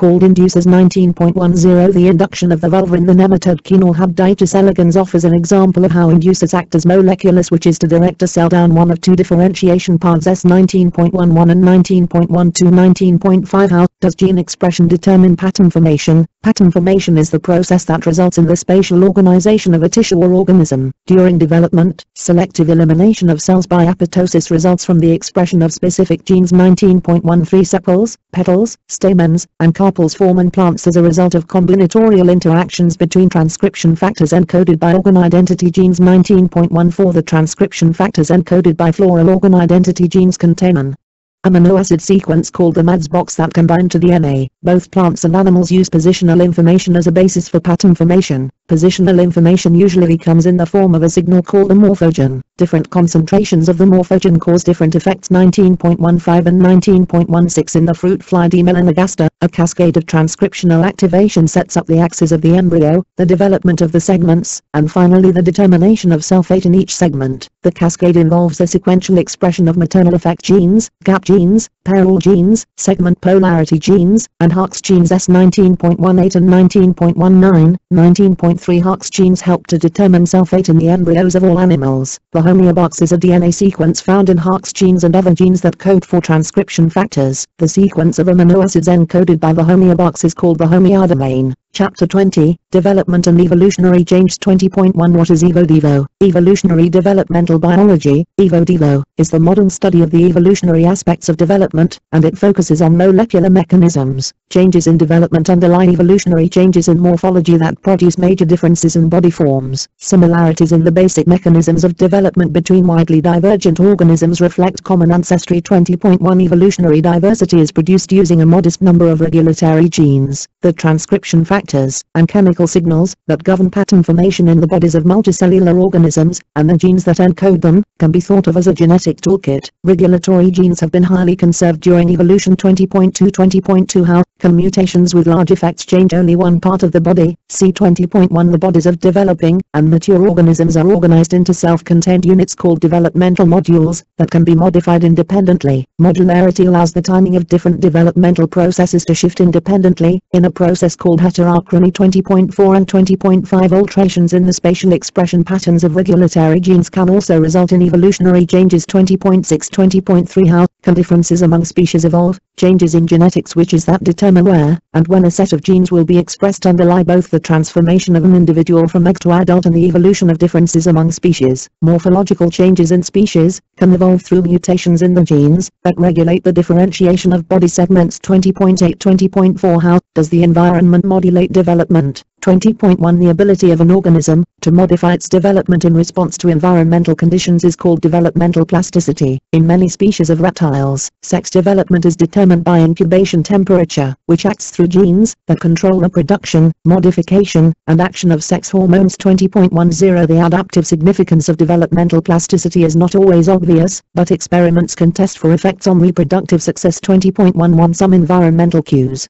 such as those that anticipate seasons, are highly regular, and can reliably drive seasonal adaptations in body form and function. 20.12 Environmental cues that trigger developmental change are diverse, and can act at any stage of the life of an organism. 20.5 How do developmental genes constrain evolution? Virtually all evolutionary innovations are modifications of pre-existing structures. 20.14 Because many genes that govern development have been highly conserved, similar traits are likely to evolve repeatedly, especially among closely related species. This process is called parallel phenotypic evolution. 20.15 Chapter 21 Evidence and mechanisms of evolution. 21.1 What facts form the base of our understanding of evolution? Charles Darwin attributed changes in species over time to the possession of advantageous traits by some individuals. He understood that it is not individuals that evolve but populations. A population evolves when individuals with favorable heritable traits survive and reproduce at higher rates than other members of the population. Adaptation refers both to characteristics of organisms and the way those characteristics are acquired via natural selection. 21.1 The sum of all copies of all alleles at all loci found in a population constitutes its gene pool, and represents the genetic variation that results in different phenotypic traits on which natural selection can act. 21.3 Artificial selection and laboratory experiments demonstrate the existence of considerable genetic variation in most populations. 21.5 Allele frequencies measure the amount of genetic variation in a population. Genotype frequencies show how a population's genetic variation is distributed among its members. Together, allele and genotype frequencies describe a population's genetic structure. 21.6 Hardy-Weinberg equilibrium predicts the allele frequencies in populations in the absence of evolution. Deviation from these frequencies indicates the work of evolutionary mechanisms. 21.7, 21.2 21.2 What are the mechanisms of evolutionary change? Mutation provides new genetic variants. Favored variants increase in populations through natural selection. Migration or mating of individuals between populations results in gene flow. In small populations, genetic drift around and loss of individuals and the alleles they possess may produce large changes in allele frequencies from one generation to the next and greatly reduce genetic variation. 21.8 Population bottlenecks occur when only a few individuals survive a random event, resulting in a drastic shift in allele frequencies within the population and a loss of variation. Similarly, a population established by a small number of individuals colonizing a new region may lose variation via a founder effect. Non-random mating may result in genotype frequencies that deviate from Hardy-Weinberg equilibrium. 21.3 How does natural selection result in evolution? Fitness is the reproductive contribution of a phenotype to subsequent generations relative to the contributions of other phenotypes. Changes in numbers of offspring are responsible for changes in the absolute size of a population, but only changes in the relative success of different phenotypes within a population lead to changes in allele frequencies. Natural selection can act on variable traits in several different ways, resulting in stabilizing, directional, or disruptive selection. 21.12 Sexual selection primarily affects success in reproduction, rather than success in survival. 21.16 and 21.17 21.4 How is genetic variation maintained within populations? Neutral mutations, sexual recombination, frequency-dependent selection, and heterozygote advantage can all maintain genetic variation within populations. Neutral alleles do not affect the fitness of an organism, are not affected by natural selection, and may accumulate, or be lost by genetic drift. Despite short-term disadvantages, sexual reproduction generates countless genotypic combinations that increase the evolutionary potential and survivorship of populations. A polymorphism may be maintained by frequency-dependent selection when the fitness of a genotype depends on its frequency in a population. Genetic variation within species may be maintained by the existence of genetically distinct populations over geographic space. A gradual change in phenotype across a geographic gradient is known as clinal variation. 21.20 21.5 What are the constraints on evolution? Developmental processes constrain evolution, because all evolutionary innovations are modifications of previously existing structures. Most adaptations impose costs. An adaptation can evolve only if the benefits it confers exceed the costs it imposes, a situation that leads to trade-offs. 21.22 21.3 Chapter 22 Reconstructing and using phylogenies. 22.1 What is phylogeny? Phylogeny is the history of descent of organisms from their common ancestor. Groups of evolutionarily related species are represented as related branches in a phylogenetic tree. 22.2 A group of species that consists of all the evolutionary descendants of a common ancestor is called a clade. Named clades and species are called taxa. Homologies are similar traits that have been inherited from a common ancestor. 22.4 A trait that is shared by two or more taxa, and is derived through evolution from a common ancestral form is called a synapomorphy. Similar traits may occur among species that do not result from common ancestry. Convergent evolution and evolutionary reversals can give rise to such traits, which are called homoplases. 22.2 How are phylogenetic trees constructed? 22.1 Phylogenetic trees can be inferred from synapomorphies using the principle of parsimony. 22.5 Sources of phylogenetic information include morphology, patterns of development, the fossil record, behavioral traits, and molecular traces such as DNA and protein sequences. Phylogenetic trees can also be inferred with maximum likelihood methods, which calculate the probability that a particular tree will have generated the observed data. 22.3 How do biologists use phylogenetic trees? Phylogenetic trees are used to reconstruct the past and understand the origin of traits. 22.8 Phylogenetic trees are used to make appropriate evolutionary comparisons among living organisms. Biologists can use phylogenetic trees to reconstruct ancestral states. See 22.1 Phylogenetic trees may include estimates of times of divergence of lineages determined by molecular clock analysis. 22.1 to 22.4 How does phylogeny relate to classification? Taxonomists organize biological diversity on the basis of evolutionary history. Taxa in modern classifications are expected to be monophyletic groups. Paraphyletic and polyphyletic groups are not considered appropriate taxonomic units. 22.14,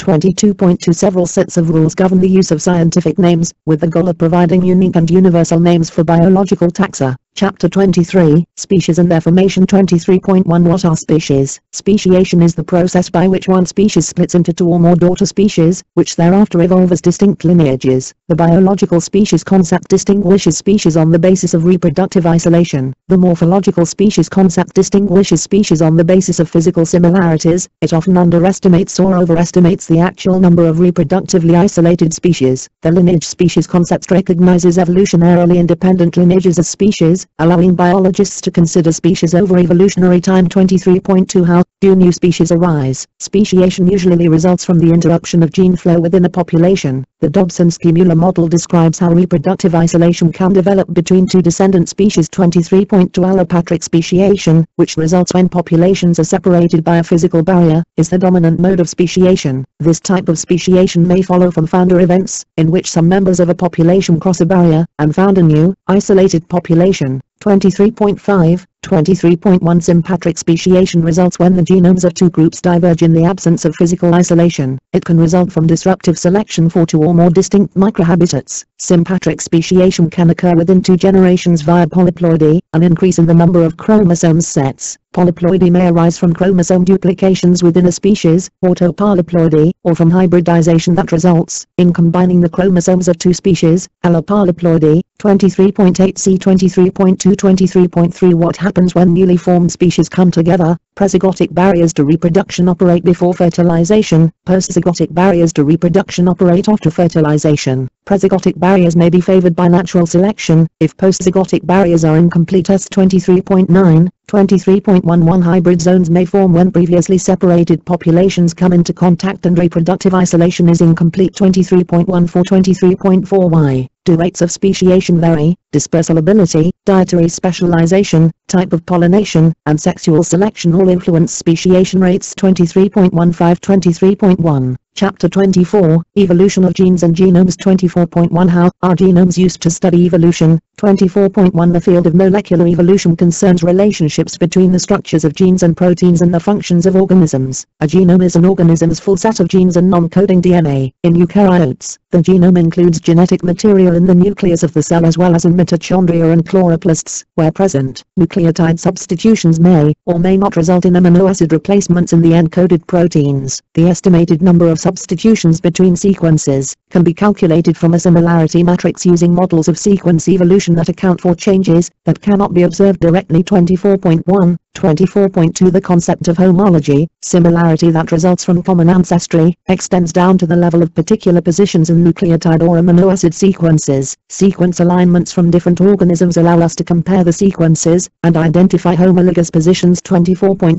24.2 What do genomes reveal about evolutionary processes? Non-synonymous substitutions of nucleotides result in amino acid replacements in proteins, but synonymous substitutions do not. 24.5 Rates of synonymous substitution are typically higher than rates of non-synonymous substitution in protein-coding genes, a result of stabilizing selection. 24.6 Much of the molecular change in nucleotide sequences is a result of neutral evolution. The rate of fixation of neutral mutations is independent of population size, and is equal to the mutation rate. Positive selection for change in a protein coding gene may be detected by a high rate of non-synonymous versus synonymous substitutions. Genome size evolves by the addition or deletion of genes and non-coding DNA. The total size of genomes varies much more widely across multicellular species than does the number of functional genes as 24.8 and 24.9. Even though many non-coding regions of the genome may not have direct functions, these regions can affect the phenotype of an organism by influencing gene expression. Functionless pseudogenes can serve as the raw material for the evolution of new genes. 24.3 How do genomes gain and maintain functions? Lateral gene transfer can result in the rapid acquisition of new functions from distantly related species. Gene duplications can result in increased production of the gene's product, in pseudogenes, or in new gene functions. Several rounds of gene duplication can give rise to multiple genes with related functions, known as a gene family. Some highly repeated genes evolve by concerted evolution. Multiple copies within an organism maintain high similarity, while the genes continue to diverge between species. See animated tutorial 24.1. 24.4 What are some applications of molecular evolution? 24.3 Gene trees describe the evolutionary history of particular genes or gene families. Orthologs are genes that are related through speciation events, whereas paralogs are genes that are related through gene duplication events. 24.12 Protein function can be studied by examining gene evolution. Detection of positive selection can be used to identify molecular changes that have resulted in functional changes. In vitro evolution is used to produce synthetic molecules with particular desired functions. 24.13 Many diseases are identified, studied, and combated through molecular evolutionary investigations. Chapter 25, The History of Life on Earth. 25.1 How do scientists date ancient events? The relative ages of organisms can be determined by the dating of fossils in the strata of sedimentary rocks in which they are found. Paleontologists use a variety of radioisotopes with different half-lives to date events at different times in the remote past. 25.1 Geologists divide the history of life into eras and periods, based on major differences in the fossil assemblages, found in successive layers of rocks. 25.1 Part 1, Part 2. 25.2 How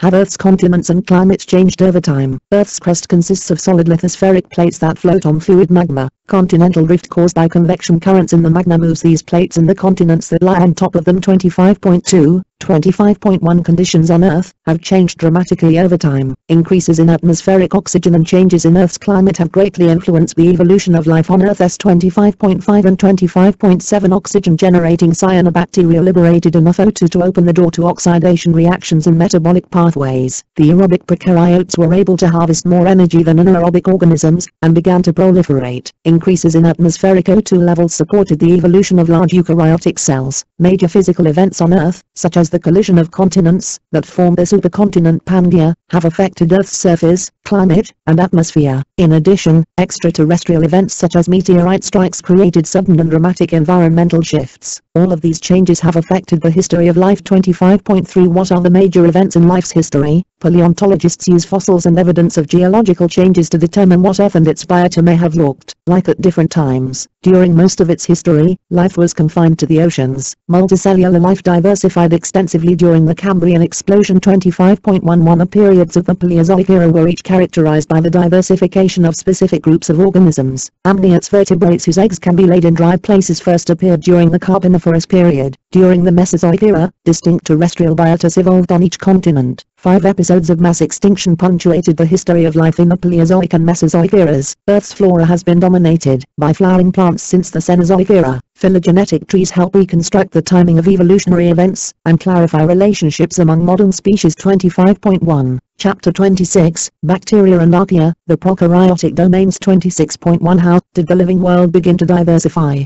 Two of life's three domains, bacteria and archaea, are prokaryotic. They are distinguished from eukarya in several ways, including their lack of membrane-enclosed organelles. 26.1 Eukaryotes are related to both archaea and bacteria, and appear to have formed through a merging of members of these two lineages. The last common ancestor of all three domains probably lived 2 to 3 billion years ago. 26.1 Prokaryotes may be single, or may form chains or clusters. The three most common bacterial morphologies are cocci, spheres, bacilli, rods, and helices, spirals. 26.2 The cells of some bacteria aggregate, forming filaments and other structures. 26.2 What are some keys to the success of prokaryotes? Prokaryotes are the most numerous organisms on Earth. They occur in an enormous variety of habitats, including inside other organisms and deep in Earth's crust. Prokaryotes form complex communities, some of which become dense films called biofilms. 26.3 Most prokaryotes have cell walls containing molecules important in transport, digestion, and sensing the environment. Almost all bacterial cell walls contain peptidoglycan. The cell walls of archaea lack peptidoglycan and instead include pseudopeptidoglycan or proteins. 26.5 26.1 Bacteria can be placed into two groups by the Gram stain. Gram-negative bacteria have a periplasmic space between the inner, plasma, and outer membranes. In Gram-positive bacteria, the cell wall usually has about 5 times as much peptidoglycan as a Gram-negative wall. Prokaryotes move by a variety of means, including axal filaments, Gus vesicles, and flagella. 26.6 and 26.7 Prokaryotes reproduce asexually, but may undergo genetic recombination. Reproduction and genetic recombination are not directly linked in prokaryotes. Prokaryote metabolism is very diverse. Some prokaryotes are anaerobic, others are aerobic, and yet others can shift between these modes. Prokaryotes are classified as photoautotrophs, photoheterotrophs, chemolithotrophs, or chemoheterotrophs. 26.2 The metabolic pathways of some prokaryotes involve sulfur or nitrogen. Nitrogen fixers convert nitrogen gas into a form organisms can metabolize. 26.3 How can we resolve prokaryote phylogeny? Early attempts to classify prokaryotes were hampered by the organism's small size and difficulties growing them in pure culture. Phylogenetic classification of prokaryotes is now based on nucleotide sequences of one and other slowly evolving genes. Although lateral gene transfer has occurred throughout prokaryotic evolutionary history, elucidation of prokaryote phylogeny is still possible. 26.10 Only a tiny percentage of all prokaryote species have been described. 26.4 What are the major known groups of prokaryotes? Several major taxonomic groups of prokaryotes have been recognized. The members of a prokaryote clade often differ profoundly from one another. 26.11 and 26.19 of the major taxonomic groups of bacteria, the Proteobacteria, embrace the largest number of species. Other important groups include the cyanobacteria, spirochetes, chlamydias, and low GC gram-positives. Some high GC gram-positives produce important antibiotics. The low GC gram-positives include the mycoplasmas, which are among the smallest cellular organisms ever discovered. Ever linkages in the branched long-chain hydrocarbons of cell membranes are a synapomorphy of archaea. The best-studied groups of archaea are Euryarchaeota and Crenarchaeota. Some species of Euryarchaeota are methanogens. Extreme halophiles are also found among the Euryarchaeota. Most known Crenarchaeota are both thermophilic and acidophilic. 26.5 How do prokaryotes affect their environments? Prokaryotes play key roles in the cycling of elements such as nitrogen, oxygen, sulfur, and carbon. One such role is as decomposers of dead organisms. Nitrogen-fixing bacteria fix the nitrogen needed by all other organisms. Nitrifiers convert that nitrogen into forms that can be used by plants, and denitrifiers ensure that nitrogen is returned to the atmosphere. Oxygen production by early photosynthetic cyanobacteria reconfigured Earth's atmosphere, which made aerobic forms of life possible. Prokaryotes inhabiting the guts of many animals help them digest their food. Koch's postulates establish the criteria by which an organism may be classified as a pathogen. Relatively few bacteria and no archaea are known to be pathogens. 26.6 Where do viruses fit into the tree of life? Viruses have evolved many times from many different groups of cellular organisms. They do not represent a single taxonomic group. Some viruses are probably derived from escaped genetic element of cellular species, others are thought to have evolved as highly reduced parasites. Viruses are categorized by the nature of their genomes. 26.25 Chapter 27 The Origin and Diversification of Eukaryotes. 27.1 How did the eukaryotic cell arise? The modern eukaryotic cell evolved from an ancestral prokaryote. Probable early events in this evolution include the loss of the cell wall and infolding of the plasma membrane. Such infolding probably led to the segregation of the genetic material in a membrane-enclosed nucleus. The development of a cytoskeleton gave the evolving cell increasing control over its shape and distribution of daughter chromosomes. 27.2 Some organelles were acquired by endosymbiosis. Mitochondria evolved from a proteobacterium.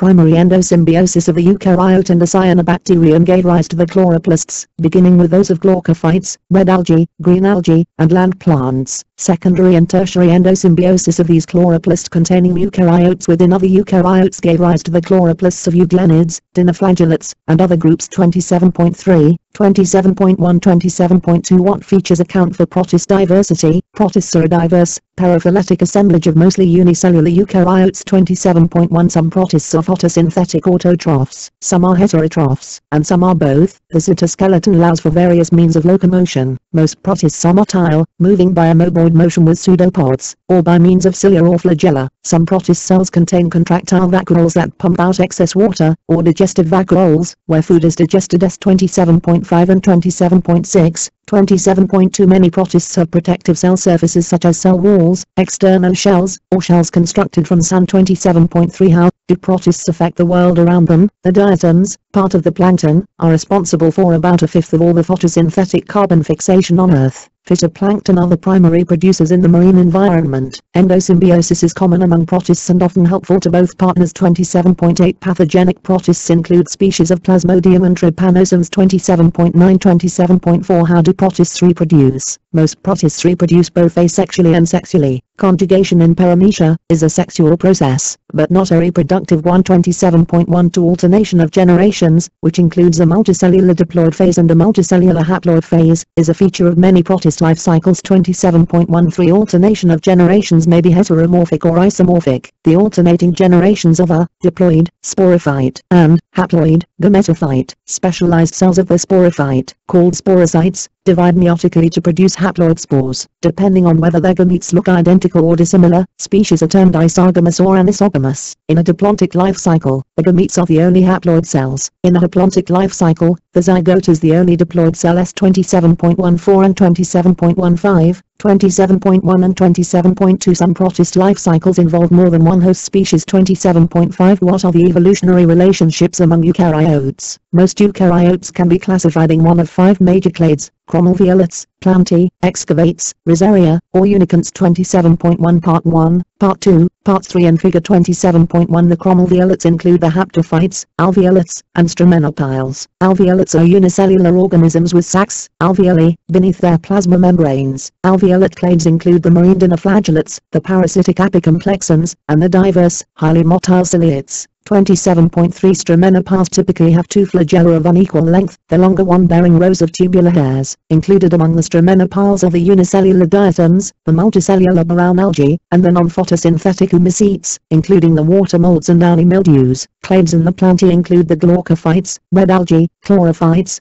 charophytes, and the land plants. All are photosynthetic and contain chloroplasts. Glaucophyte chloroplasts contain peptidoglycan between their inner and outer membranes. The excavates include the diplomonates, parabasalids, heterolobosians, euglenids, and kinetoplastids. The diplomonates and parabasalids lack mitochondria, having apparently lost them during their evolution. Heterolobosians are amobous with a two-stage life cycle. Euglenids are often photosynthetic, and have anterior flagella and strips of protein that support their cell surface. Kinetoplastids have a single, large mitochondrion in which mitochondrial RNA is edited. Rosaria are unicellular and aquatic. Most are amoeboid. This group includes the foraminiferans, whose shells have contributed to great limestone deposits, the radiolarians with thin, stiff pseudopods and glassy endoskeletons, and the cercozoans, which take many forms, and live in diverse habitats. The uniconts encompass organisms with single flagella on their flagellated cells, if any. They can be divided into two subgroups, the episthecants and the amoebozoans. In the episthecants, the flagellum, when present, is posterior. The episthecant subgroups are the fungi, chonoflagellates, and animals. Chonoflagellates resemble the cells of sponges, and are sister to the animal clade. The amoebozoans move by means of lobe-shaped pseudopodia. They comprise the lobosians,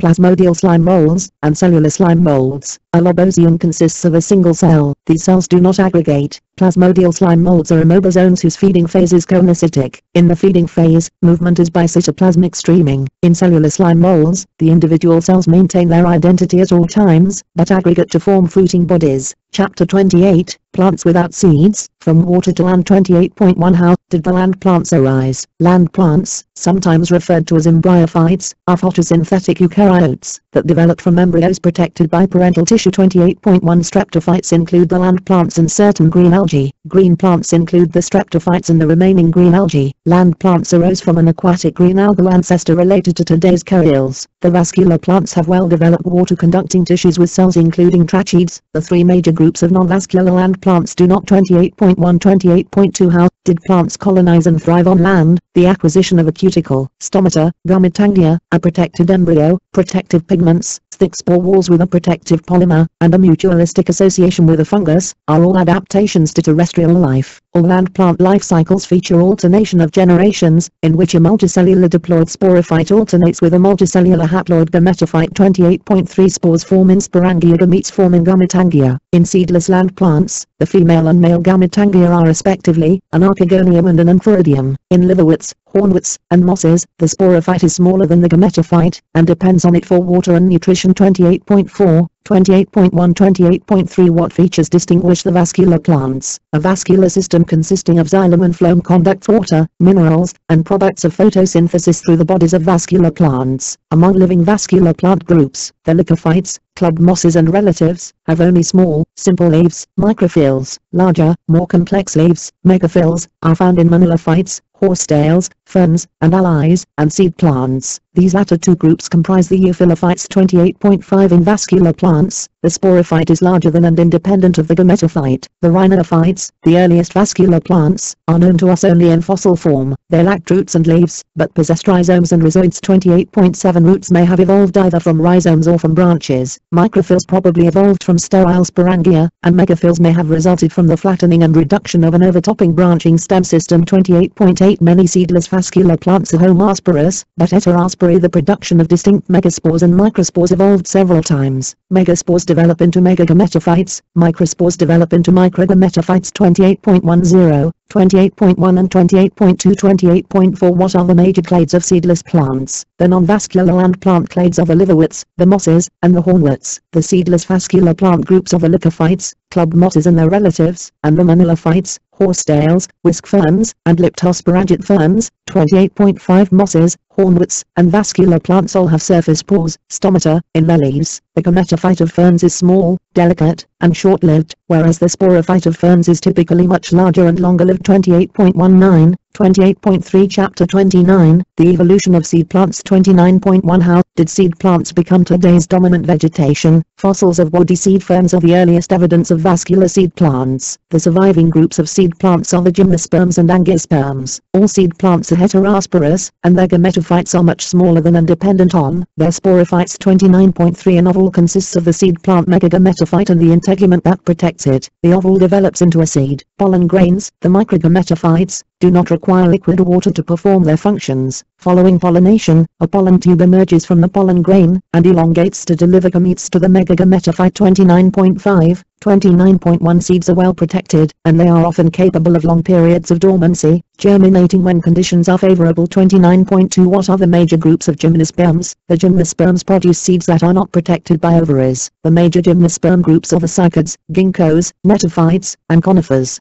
29.2 The megaspores of conifers are produced in woody cones called megastrobili, and microspores are produced in herbaceous cones called microstrobili. Pollen reaches the megagametophyte by way of the micropyle, an opening in the integument of the ovule. 29.8, 29.2, 29.1, 29.3 What features contributed to the success of the angiosperms? Only angiosperms have flowers and fruits. The ovules and seeds of angiosperms are enclosed in and protected by carpels. 29.1 Two angiosperms have double fertilization, resulting in the production of a zygote and endosperm, which is triploid in most species. 29.15, 29.2 The xylem and phloem of angiosperms are more complex and efficient than those of the gymnosperms. Vessel element in the xylem of angiosperms function in water transport. Fibers in angiosperm xylem play an important role in structural support. The floral organs, from the apex to the base of the flower, are the pistil, stamens, petals, and sepals. Stamens bear microsporangia and anthers. The pistil, consisting of one or more carpels, includes an ovary containing ovules. The stigma is the receptive surface of the pistil. The floral organs are borne on the receptacle. 29.5 A flower with both megasporangia and microsporangia is perfect. All other flowers are imperfect. Flowers may be grouped to form an inflorescence. Flowers may be pollinated by wind or animals. A monoecious species has megasporangiate and microsporangiate flowers on the same plant. A dioecious species is one in which megasporangiate and microsporangiate flowers occur on different plants. The most species-rich angiosperm clades are the monocots and the eudicots. The magnoliids form a sister group to the monocots and eudicots. 29.17 The oldest evolutionary split among the angiosperms is between the single species in the genus Umbrella and all the remaining flowering plants. 29.4 How do plants support our world? Plants provide ecosystem services that affect soil, water, air quality, and climate. Plants are primary producers, and as such are the foundation of the entire terrestrial food web. Plants provide many important medicinal products. 29.1 Chapter 30, Fungi, Mecyclers, Pathogens, Parasites, and Plant Partners. 30.1 What is a fungus? Fungi are episthecants with absorptive heterotrophy, and with chitin in their cell walls. Fungi have various nutritional modes, some are saprobes, others are parasites, and some are mutualists. Yeasts are unicellular fungi. 30.1 The body of a multicellular fungus is a mycelium or meshwork of hyphae, that may be septate, having septa, or coenocytic. 30.4 Fungi are tolerant of hypertonic environments, and many are tolerant of low or high temperatures. Many species of fungi reproduce both sexually and asexually. Sexual reproduction occurs between individuals of different mating types. 30.2 How do fungi interact with other organisms? Saprobic fungi, as decomposers, make crucial contributions to the recycling of element, especially carbon. Certain fungi have relationships with other organisms that are both symbiotic and mutualistic. Many fungi are parasitic plant pathogens, harvesting nutrients from plant cells by means of Forstoria. 30.7 Some fungi associate with cyanobacteria and or green algae to form lichens, which live on many exposed surfaces of rocks, trees, and soil. 30.10 Mycorrhizae are mutualistic associations of fungi with plant roots. They improve a plant's ability to take up nutrients and water. 30.11 Endophytic fungi live within plants, and can provide protection to their hosts from herbivores. 30.3 What variations exist among fungal life cycles? Some chytrids have a life cycle that includes alternation of generations. 30.12 A in the sexual reproduction of terrestrial fungi,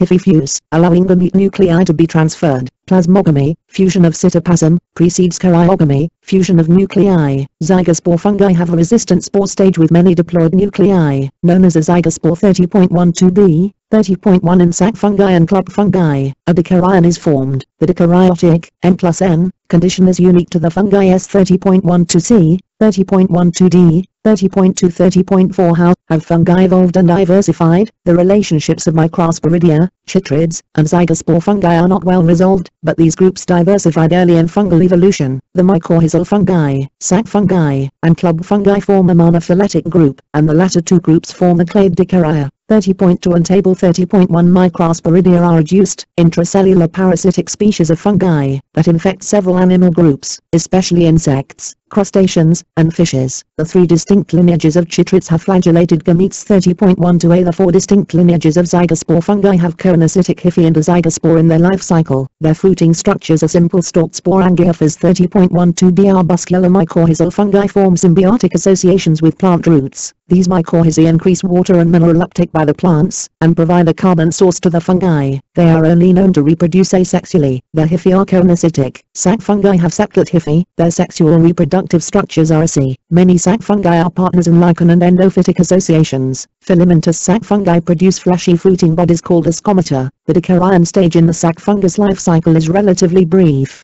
30.12c Club fungi have septate hyphae. Many of the species are plant pathogens, although mushroom-forming species are more familiar to most people. Their fruiting bodies are called basidiomata, and their sexual reproductive structures are basidia. The dikaryon stage may last for years. 30.12d Chapter 31, Animal Origins and the Evolution of Body Plans. 31.1 What characteristics distinguish the animals? Animals share a set of derived traits not found in other groups of organisms. These traits include similarities in the sequences of many of their genes, the structure of their cell junctions, and the components of their extracellular matrix. Patterns of embryonic development provide clues to the evolutionary relationships among animals. Diploblastic animals develop two embryonic cell layers. Triploblastic animals develop three cell layers. Differences in their patterns of early development characterize two major clades of triploblastic animals, the protostomes and the deuterostomes. 31.2 What are the features of animal body plans? Animal body plans can be described in terms of symmetry, body cavity structure, segmentation, and type of appendages. A few animals have no symmetry, but most animals have either radial symmetry or bilateral symmetry. 31.3 Most animals with radial symmetry move slowly or not at all, whereas most animals with bilateral symmetry are able to move more rapidly. Many bilaterally symmetrical animals exhibit cephalization, with sensory and nervous tissues in an anterior head. On the basis of their body cavity structure, animals can be described as acolanates, pseudocolanates, or coelamates. 31.4 Segmentation, which takes many forms, improves control of movement, especially if the animal also has appendages. 31.3 How do animals get their food? Motile animals can move to find food. Sessile animals stay in one place and capture food by filter feeding, or through interaction with endosymbionts. Filter feeders strain small organisms and organic molecules from their environment. Predators have morphological features such as sharp teeth, beaks, and claws that enable them to capture and subdue animal prey. Herbivores consume plants, usually without killing them. Parasites live in, or on other organisms, and obtain nutrition from these host individuals. Detritivores consume decaying organic matter and return nutrients to the ecosystem. 31.4 How do life cycles differ among animals? The stages of an animal's life cycle may be specialized for different activities. An immature stage, that is dramatically different from the adult stage, is called a larva. Most animal life cycles have at least one dispersal stage, so that the animal does not die in the same place where it was born. Many sessile marine animals can be grouped by the presence of one of two distinct larval dispersal stages, trochophore or nauplius. Parasites have complex life cycles that may involve one or more hosts and several larval stages. 31.14 A characteristic of an animal or a life cycle stage may improve the animal's performance in one activity, but reduce its performance in another, a situation known as a trade-off. Colonial organisms are composed of groups of genetically homogeneous individuals produced through clonal reproduction without subsequent fission. 31.5 What are the major groups of animals? All animals other than sponges, placozoans, ctenophores, and cnidarians belong to a large monophyletic group called the Bilityria. Eumetazoans, which have tissues organized into distinct organs, include all animals other than sponges and placozoans. Sponges are simple animals that lack differentiated cell layers and true organs. They have skeletons made up of silicaceous or calcareous spicules. They create water currents and capture food with flagellated feeding cells called choanocytes. Choanocytes are an evolutionary link between the animals and the choanoflagellate protists. 31.7 Placozoans have only a few cell types and lack true organs, although their simplicity may be secondarily derived. They are abundant in warm seas of the world, but their transparent form and small size make them difficult to observe. Ctenophores and many cnidarians are abially symmetrical, although some cnidarians are bilaterally symmetrical. The mature adherent stage of placozoans is asymmetrical. The two cell layers of ctenophores are separated by an inert extracellular matrix called mesoglea. Ctenophores move by beating fused plates of cilia called actins. 31.18 The life cycle of most cnidarians has two distinct stages, a sessile polyp stage and a motile medusa. A fertilized egg develops into a free-swimming larval planula, which settles to the bottom, and develops into a polypus. 31.19 and 31.22, 31.1c 31.1 and 31.2. Chapter 32, Protostome Animals. 32.1 What is a protostome? Protostomes, mouth first, are bilaterally symmetrical animals with an anterior brain that surrounds the entrance to the digestive tract and the ventral nervous system. The blastopore of protostomes, when present in development, develops into a mouth. Protostomes comprise two major clades, the Lophotrochozoans and the Icthysozoans. 32.1, 32.1 and 32.2 Lophotrochozoans include a wide diversity of animals. Within this group evolved lophophores, a complex organ for both food collection and gas exchange, free-living trochophore larvae, and spiral cleavage. Some of these features were subsequently lost in some lineages. Icthysozoans have a body covering known as the cuticle, which they must molt in order to grow. Some icthysozoans have a relatively thin cuticle. Others, especially the arthropods, have a rigid cuticle reinforced with chitin. This rigid cuticle functions as an exoskeleton. New mechanisms of locomotion and gas exchange evolved among the arthropods. 32.4 32.2 What features distinguish the major groups of Lophotrochozoans? Lophotrochozoans range from animals having only one entrance to the digestive tract and no oxygen transport system to animals with complete digestive tracts and complex internal transport systems. Lophophores, worm-like body forms, and external shells are each found in many unrelated groups of Lophotrochozoans. The most species-rich groups of Lophotrochozoans are the flatworms, annelids, and mollusks. Annelids are a diverse group of segmented worms that live in moist terrestrial and aquatic environments. 32.12 Mollusks underwent a dramatic evolutionary radiation based on a body plan consisting of three major components, a foot, a mantle, and a visceral mass. The four major living molluscan clades, chitons, bivalves, gastropods, and cephalopods, demonstrate the diversity that evolved from this three-part body plan. 32.14 32.3 What features distinguish the major groups of icthysozoans? Many icthysozoan groups are worm-like in form. Members of several species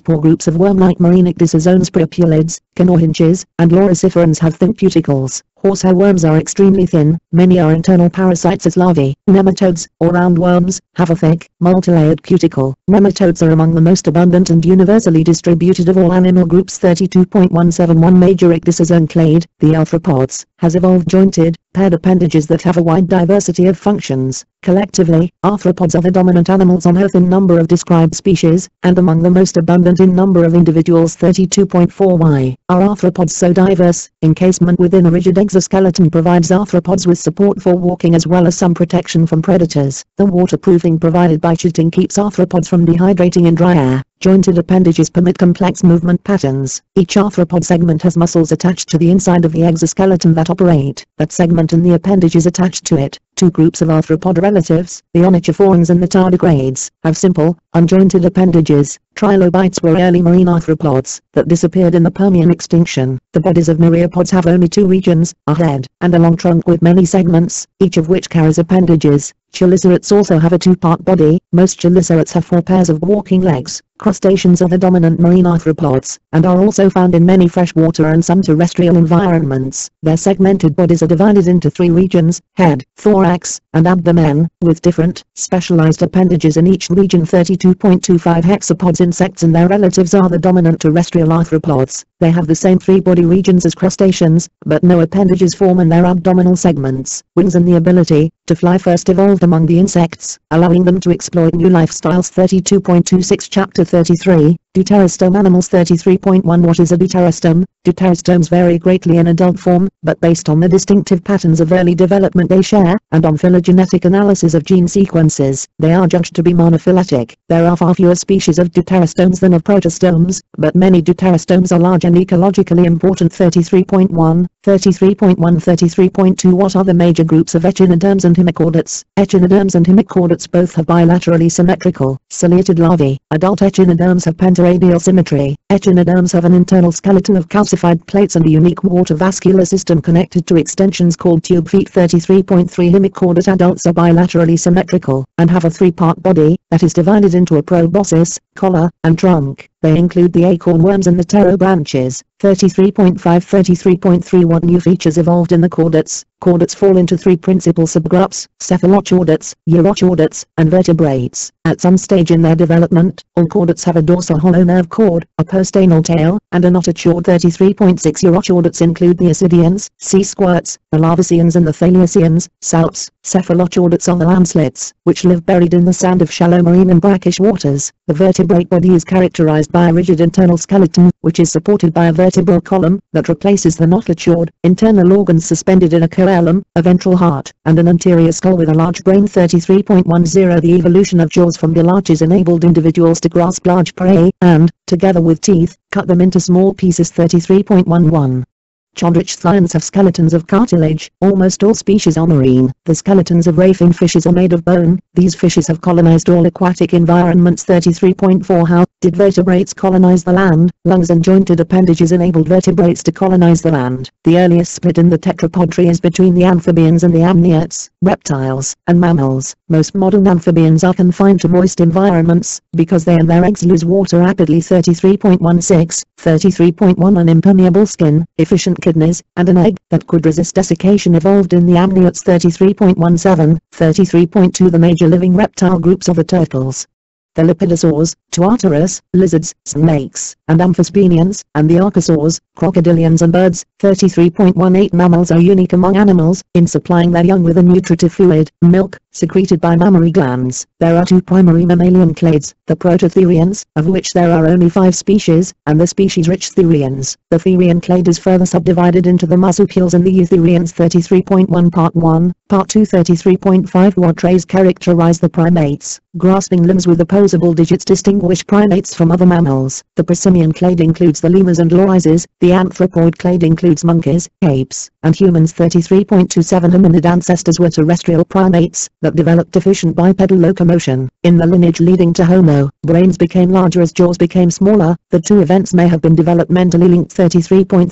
33.3 Chapter 34, The Plant Body. 34.1 What is the basic body plan of plants? The vegetative organs of flowering plants are roots, which form a root system, and stems and leaves, which form a shoot system. 34.1 The 2 major clades of flowering plants, eudicots and monocots, differ from each other in a number of structural respects. Most eudicots have a taproot system, and most monocots have a fibrous root system. 34.2 Stems bear undeveloped shoots called buds. Axillary buds can develop into new branches. A terminal bud is found at the end of a shoot. Leaves are the primary primary sites of photosynthesis. The leaf blade is attached to the stem by a petiole. 34.2 How does the cell wall support plant growth and form? Plant cells differ from other eukaryotic cells in having chloroplasts or other plastids, large central vacuoles, and cellulose-containing cell walls. Once cytokinesis of a plant cell is complete, each daughter plant cell produces a primary cell wall. The walls of the two cells are separated by a middle lamella. 34.4 The primary cell wall is made up of bundles of cellulose microfibrils cross-linked by hemicellulose and pectin. 34.5 The primary cell wall is rigid but dynamic. By loosening the linkages between microfibrils, the cell wall can expand in volume by up to 1,000,000 times. Some cells produce a thick secondary cell wall. Lignin in the secondary cell wall offers exceptional structural support. Plasmodesmata connect adjacent plant cells and allow direct communication between them. 34.6 34.3 How do plant tissues and organs originate? During embryogenesis, the basal apical axis and the radial axis of the plant body are established. 34.7 The shoot apical meristem and the root apical meristem are also established during embryogenesis. These clusters of undifferentiated cells will orchestrate all post-embryonic development. 3 tissue systems, arranged concentrically, extend throughout the plant body: the vascular tissue, dermal tissue, and ground tissue systems. 34.8 The dermal tissue system protects the plant body surface. Dermal cells form the epidermis, and, in woody plants, the periderm. The ground tissue system contains cells of 3 types. Some parenchyma cells carry out photosynthesis, others store starch. Parenchyma cells provide flexible support. Sclerenchyma cells include fibers and sclerides that provide strength and mechanical support. 34.9 The vascular tissue system includes xylem, which conducts water and minerals absorbed by the roots, and phloem, which conducts the products of photosynthesis throughout the plant body. Tertiary element include tracheids and vessel element, which are the conducting cells of the xylem. Sieve tube element are the conducting cells of the phloem. 34.4 How do meristems build a continuously growing plant? All seed plants possess a primary plant body consisting of non-woody tissues. Woody plants also possess a secondary plant body consisting of wood and bark. Apical meristems generate the primary plant body, and lateral meristems generate the secondary plant body. 34.10 Apical meristems are responsible for primary growth, lengthening of roots and shoots. Apical meristems at the tips of stems and roots give rise to 3 primary meristems: protoderm, ground meristem, and precambium, which in turn produce the 3 tissue systems of the primary plant body. The root apical meristem gives rise to the root cap, and to 3 primary meristems. Root tips have overlapping zones of cell division, elongation, and maturation. 34.11 The vascular tissue of roots is contained within the stele. It is arranged differently in eudicate and monocot roots as 34.12 and 34.13, 34.1 and 34.2 In non-woody stems, the vascular tissue is divided into vascular bundles, each containing both xylem and phloem. 34.14, 34.3.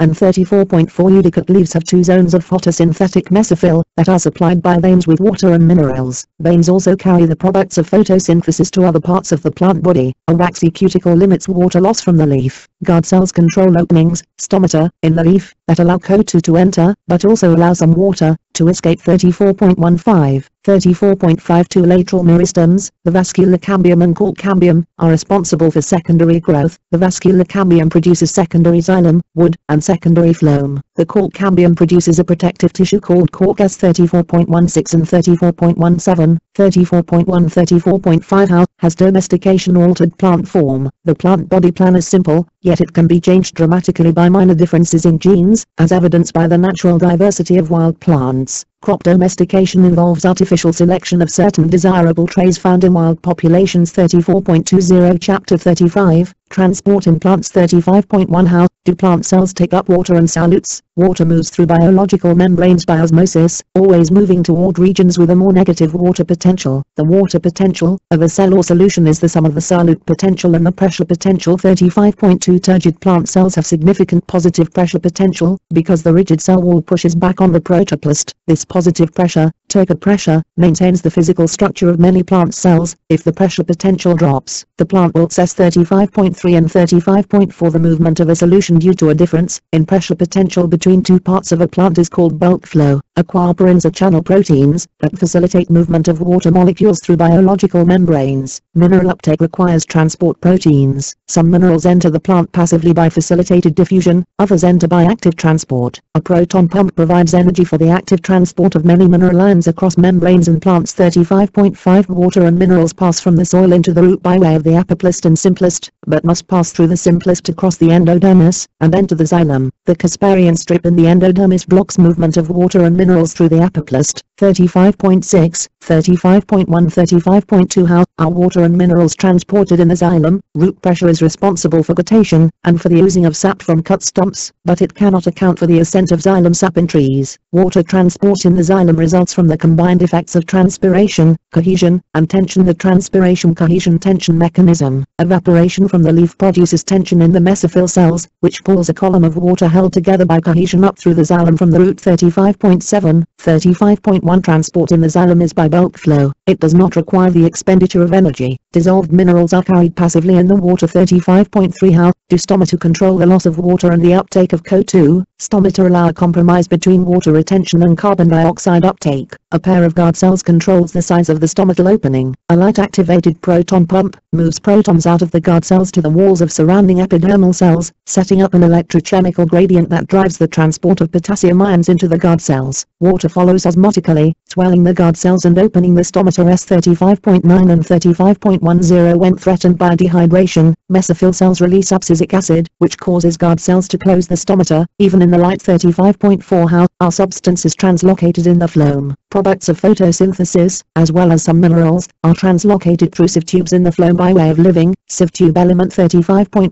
Translocation in the phloem can proceed in both directions in the stem, although it only goes one way in any given sieve tube. Translocation requires a supply of ATP. Translocation in the phloem is explained by the pressure flow model. The difference in solute concentration between sources and sinks creates a difference in positive pressure potential along the sieve tubes, resulting in bulk flow. 35.14 and table. 35.1 Animated tutorial. 35.2 Chapter 36 Plant nutrition. 36.1 How do plants acquire nutrients? Plants are photosynthetic autotrophs that can produce all their organic molecules from carbon dioxide, water, and minerals, including a nitrogen source. Mineral nutrients are obtained from the soil solution. Root growth allows plants, which are sessile, to search for mineral resources. Microenvironments within the soil, such as acidic or alkaline areas, affect the direction of root growth. 36.2 What mineral nutrients do plants require? Plants require 14 essential elements. Of these, 6 are macronutrients and 8 are micronutrients. Deficiency symptoms suggest what essential element a plant lacks. 36.1 and figure 36.1 The essential element were discovered by growing plants on hydroponic solutions that lacked individual elements. 36.2 and 36.3 36.1 36.3 How does soil structure affect plants? Soils contain water, air, and inorganic and organic substances. Soils have living, biotic, and non-living, abiotic, components. 36.4 A soil typically consists of 2 or 3 horizontal zones called horizons. Topsoil forms the uppermost or air horizon. Topsoil tends to lose mineral nutrients through leaching. Loams are excellent agricultural topsoils, with a good balance of sand, silt, clay, and organic matter.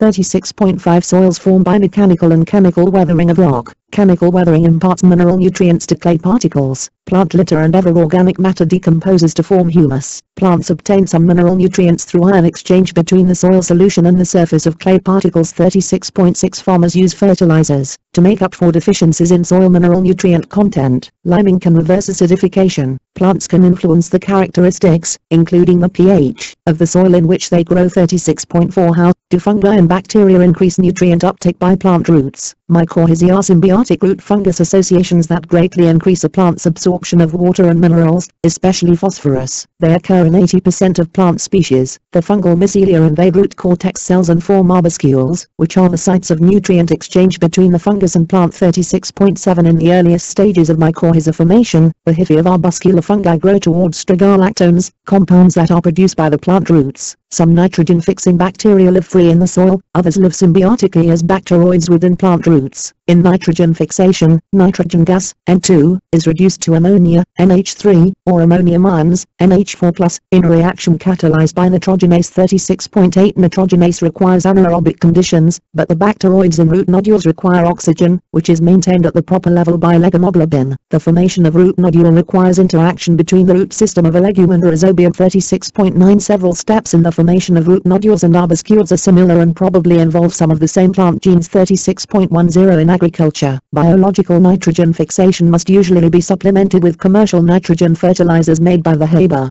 process. Plants and bacteria interact in the global nitrogen cycle, which involves a series of reductions and oxidations of nitrogen-containing molecules. 36.11, 36.1 Nitrification by bacteria converts ammonia to nitrate ions in the soil. Nitrate reduction is carried out by plant enzymes, enabling plants to form their own nitrogen compounds. Denitrification returns nitrogen from animal wastes and dead organisms to the atmosphere. 36.5 How do carnivorous and parasitic plants obtain a balanced diet? Carnivorous plants are autotrophs that supplement a low nitrogen supply by feeding on insects or other small animals. Parasitic plants draw on other plants to meet their needs, which may include minerals, water, or the products of photosynthesis. Hemiparasites, such as mistletoes, can still photosynthesize. Extreme holoparasites cannot function as auxotrophs because they have lost chloroplast genes that code for components of the photosynthetic apparatus, which they no longer need. A strigalactone, a compound in the same category of compounds plants use to attract mycorrhizal fungi, also induces the germination of some parasitic plants, including striga. Scientists hypothesize that a mechanism evolved in the ancestors of modern striga to recognize a compound that was already produced by plants to attract arbuscular fungi. Chapter 37, Regulation of Plant Growth. 37.1 How does plant development proceed? As sessile organisms, plants maximize their ability to grow by using meristems, forming new organs, and growing throughout life. The environment, photoreceptors, hormones, and the plant's genome all regulate plant development. Seed dormancy, which has adaptive advantages, is maintained by a variety of mechanisms. In nature, dormancy is broken by, for example, abrasion, fire, leaching, and low temperatures. When dormancy ends and the seed imbibes water, it germinates and develops into a seedling. 37.1, 37.1 and 37.2 Plants have several hormones, each of which regulates multiple aspects of development. Interactions among these hormones are often complex. 37.1 Hormones and photoreceptors act through signal transduction pathways to regulate seedling development. Before the germinating embryo can begin photosynthesis, it relies on energy reserves in the cotyledons or the endosperm. Genetic screens using the model organism Arabidopsis thaliana have contributed greatly to our understanding of signaling in plants. 37.3, 37.2 What do gibberellins do? The embryos of cereal seeds secrete gibberellins, which cause the aleurone layer to synthesize and secrete digestive enzymes that break down macromolecules stored in the endosperm. 37.6, 37.3 Dozens of gibberellins exist. These hormones regulate the growth of stems and some fruits. Gibberellins act through the breakdown of transcriptional repressors. 37.7, 37.3 What does auxin do? See 37.1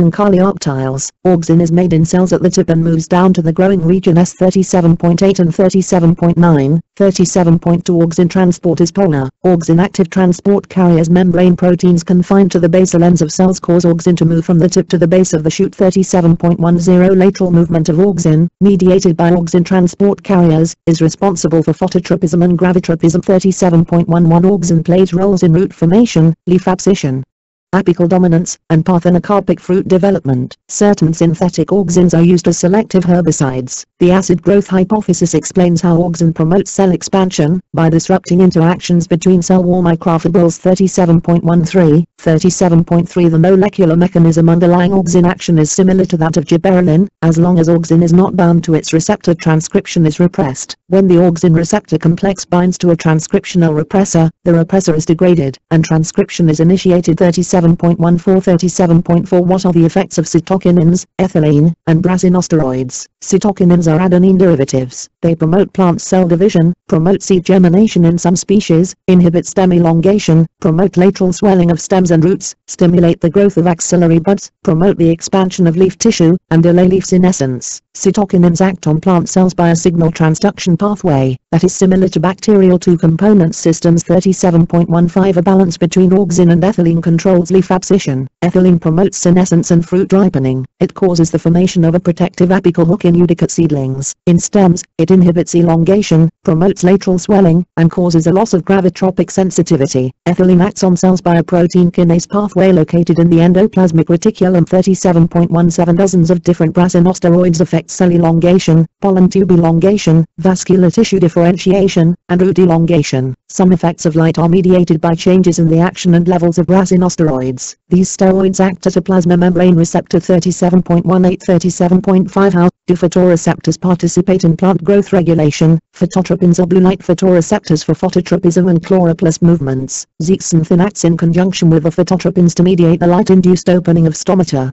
Cryptochromes are blue light photoreceptors that control seedling development, stem elongation, and floral initiation. Phytochromes exist in the cytosol into interconvertible forms, PR and PFR. The relative amounts of these two forms are a function of the ratio of red to far-red light. Phytochromes affect seedling growth, flowering, and etiolation. 37.20 The phytochrome signal transduction pathway affects transcription in two different ways. The PFR form interacts directly with some transcription factors, and influences transcription indirectly through interactions with protein kinases. 37.21 Circadian rhythms are activities that occur on a near 24-hour cycle. Light can entrain these activities through photoreceptors such as phytochrome. Chapter 38, Reproduction in Flowering Plants. 38.1 How do angiosperms reproduce sexually? Sexual reproduction promotes genetic diversity in a population. The flower is an angiosperm structure for sexual reproduction. Flowering plants have microscopic gametophytes. The megagametophyte is the embryo sac, which typically contains 8 nuclei in a total of 7 cells. The microgametophyte is the pollen grain, which usually contains 2 cells. 38.2, 38.1 Following pollination, the pollen grain delivers sperm cells to the embryo sac by means of a pollen tube. Most angiosperms exhibit double fertilization. One sperm nucleus fertilizes the egg, forming a zygote, and the other sperm nucleus unites with the 2 pollen nuclei to form a triploid endosperm. 38.6 Plants have both physical and genetic methods of preventing inbreeding. Physical separation of the gametophytes and genetic self-incompatibility prevent self-pollination. The zygote develops into an embryo, with an attached suspensor, which remains quiescent in the seed until conditions are right for germination. 38.7, 38.1 Ovules develop into seeds, and the ovary wall and the enclosed seeds develop into a fruit. The hormone abscisic acid promotes seed development and dormancy. 38.2 What determines the transition from the vegetative to the flowering state? In annuals and biennials, flowering and seed formation usually leads to death of the rest of the plant. Perennials live a long time and typically reproduce repeatedly. For a vegetatively growing plant to flower, an apical meristem in the shoot system must become an inflorescence meristem, which in turn must give rise to one or more floral meristems. These events are under the influence of meristem identity genes and floral organ identity genes. 38.10 Some plants flower in response to photoperiod. Short day plants flower when the nights are longer than a critical night length specific to each species. Long day plants flower when the nights are shorter than a critical night length. 38.13 The mechanism of photoperiodic control involves phytochromes and a biological clock. 38.14, 38.2 A flowering signal, called florigen, is formed in a photoperiodically induced leaf, and is translocated to the sites where flowers will form. 38.15 and 38.16 In some angiosperm species, exposure to low temperatures vernalization is required for flowering. In others,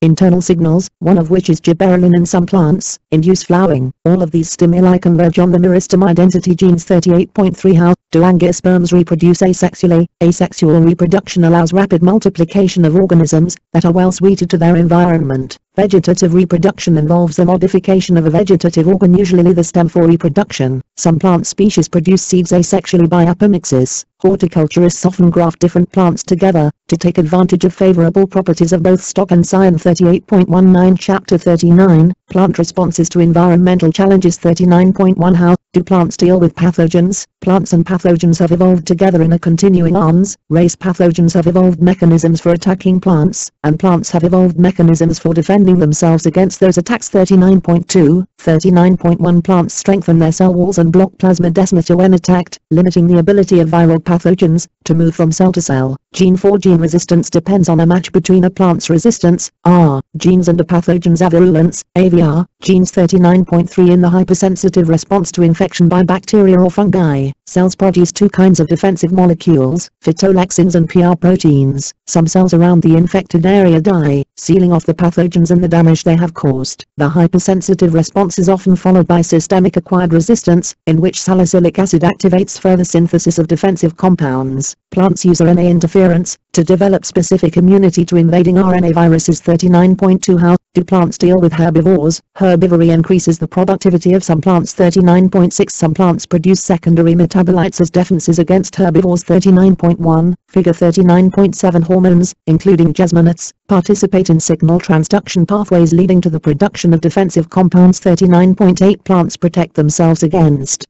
their own toxic defensive chemicals by isolating them in specialized compartments, by producing them only after the plant has already been damaged, or by using modified enzymes or receptors that are not affected by the toxic substance. 39.3 How do plants deal with climatic extremes? Plants cope with environmental stresses by adaptation, genetically encoded resistance, or acclimation, increased tolerance. Xerophytes are plants that are adapted to dry environments. Some xerophytic adaptations are structural, including thickened cuticles, specialized trichomes, stomatal crypts, succulents, and long taproots. Some plants accumulate solutes, making their water potential lower, so they can tolerate drought. Adaptations to water-saturated habitats include pneumatophores. Extensions of roots allow oxygen uptake from the air, and parenchyma, in which oxygen can be stored and diffused throughout the plant. A signal transduction pathway involving abscisic acid initiates a plant's response to drought stresses. 39.16 and 39.17 Membranes and proteins can be damaged by extremely high or low temperatures. Plants respond to extreme temperatures by producing heat shock proteins. Some plants undergo cold hardening, an acclimation process that includes changes in membrane lipids and production of heat shock proteins. Some plants resist freezing by producing antifreeze proteins. 39.4 How do plants deal with salt and heavy metals? Most halophytes accumulate salt. Some have salt glands that excrete salt to the leaf surface. Some plants living in soils that are rich in heavy metals are hyperaccumulators that take up large amounts of those metals into their tissues.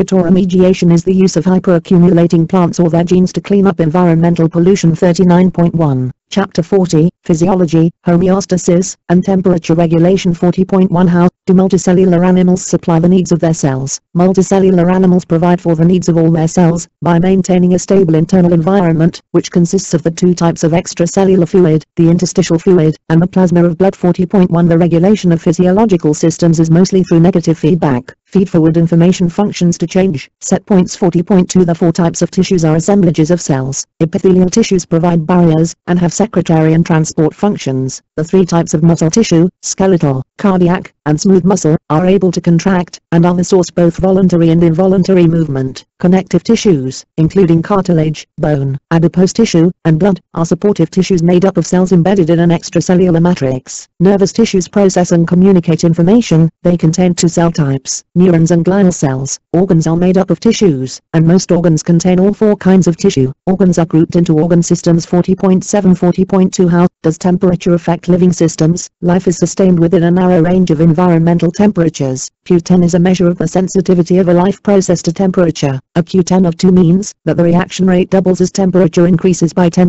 C 40.8 Animals can acclimatize to seasonal changes in temperature through biochemical and physiological adaptations. 40.3 How do animals alter their heat exchange with the environment? Endotherms can produce considerable metabolic heat to compensate for heat loss to the environment. Ectotherms generally do not. 40.9 Energy budgets describe all pathways for heat exchange between an organism and its environment. The four avenues of heat exchange are radiation, convection, conduction, and evaporation. 40.11 Skin temperature is an important variable, and it can be influenced by blood flow. Circulatory system adaptations such as countercurrent heat exchange can conserve metabolic heat. As 40.12 and 40.13 40.4 How do mammals regulate their body temperatures? Within the thermoneutral zone, mammals have a basal metabolic rate, BMR, that scales with body size. As 40.15 and 40.16 40.1 In mammals, control of thermoregulatory effectors relies on commands from a regulatory center in the hypothalamus. This thermostat uses its own temperature as a major negative feedback signal, and skin temperature as a feed-forward signal. 40.19 Animated tutorial. 40.1 Chapter 41, Animal hormones. 41.1 What are hormones, and how do they work? Endocrine cells secrete chemical signals that induce responses in other cells that have receptors for those molecules. In some cases, endocrine cells are aggregated into endocrine glands. Hormones are endocrine signals that are secreted from a cell, circulate in the blood, and bind to target cells distant from the secreting cell. 41.1 The chemical structures of hormones are highly conserved, but through evolution, hormones have acquired different functions in different animal groups. 41.22 Hormones, PTTH and ecdysone, Control molting in arthropods. A third hormone, juvenile hormone, prevents maturation. When an insect stops producing juvenile hormone, it molts into an adult S41.3 and 41.4.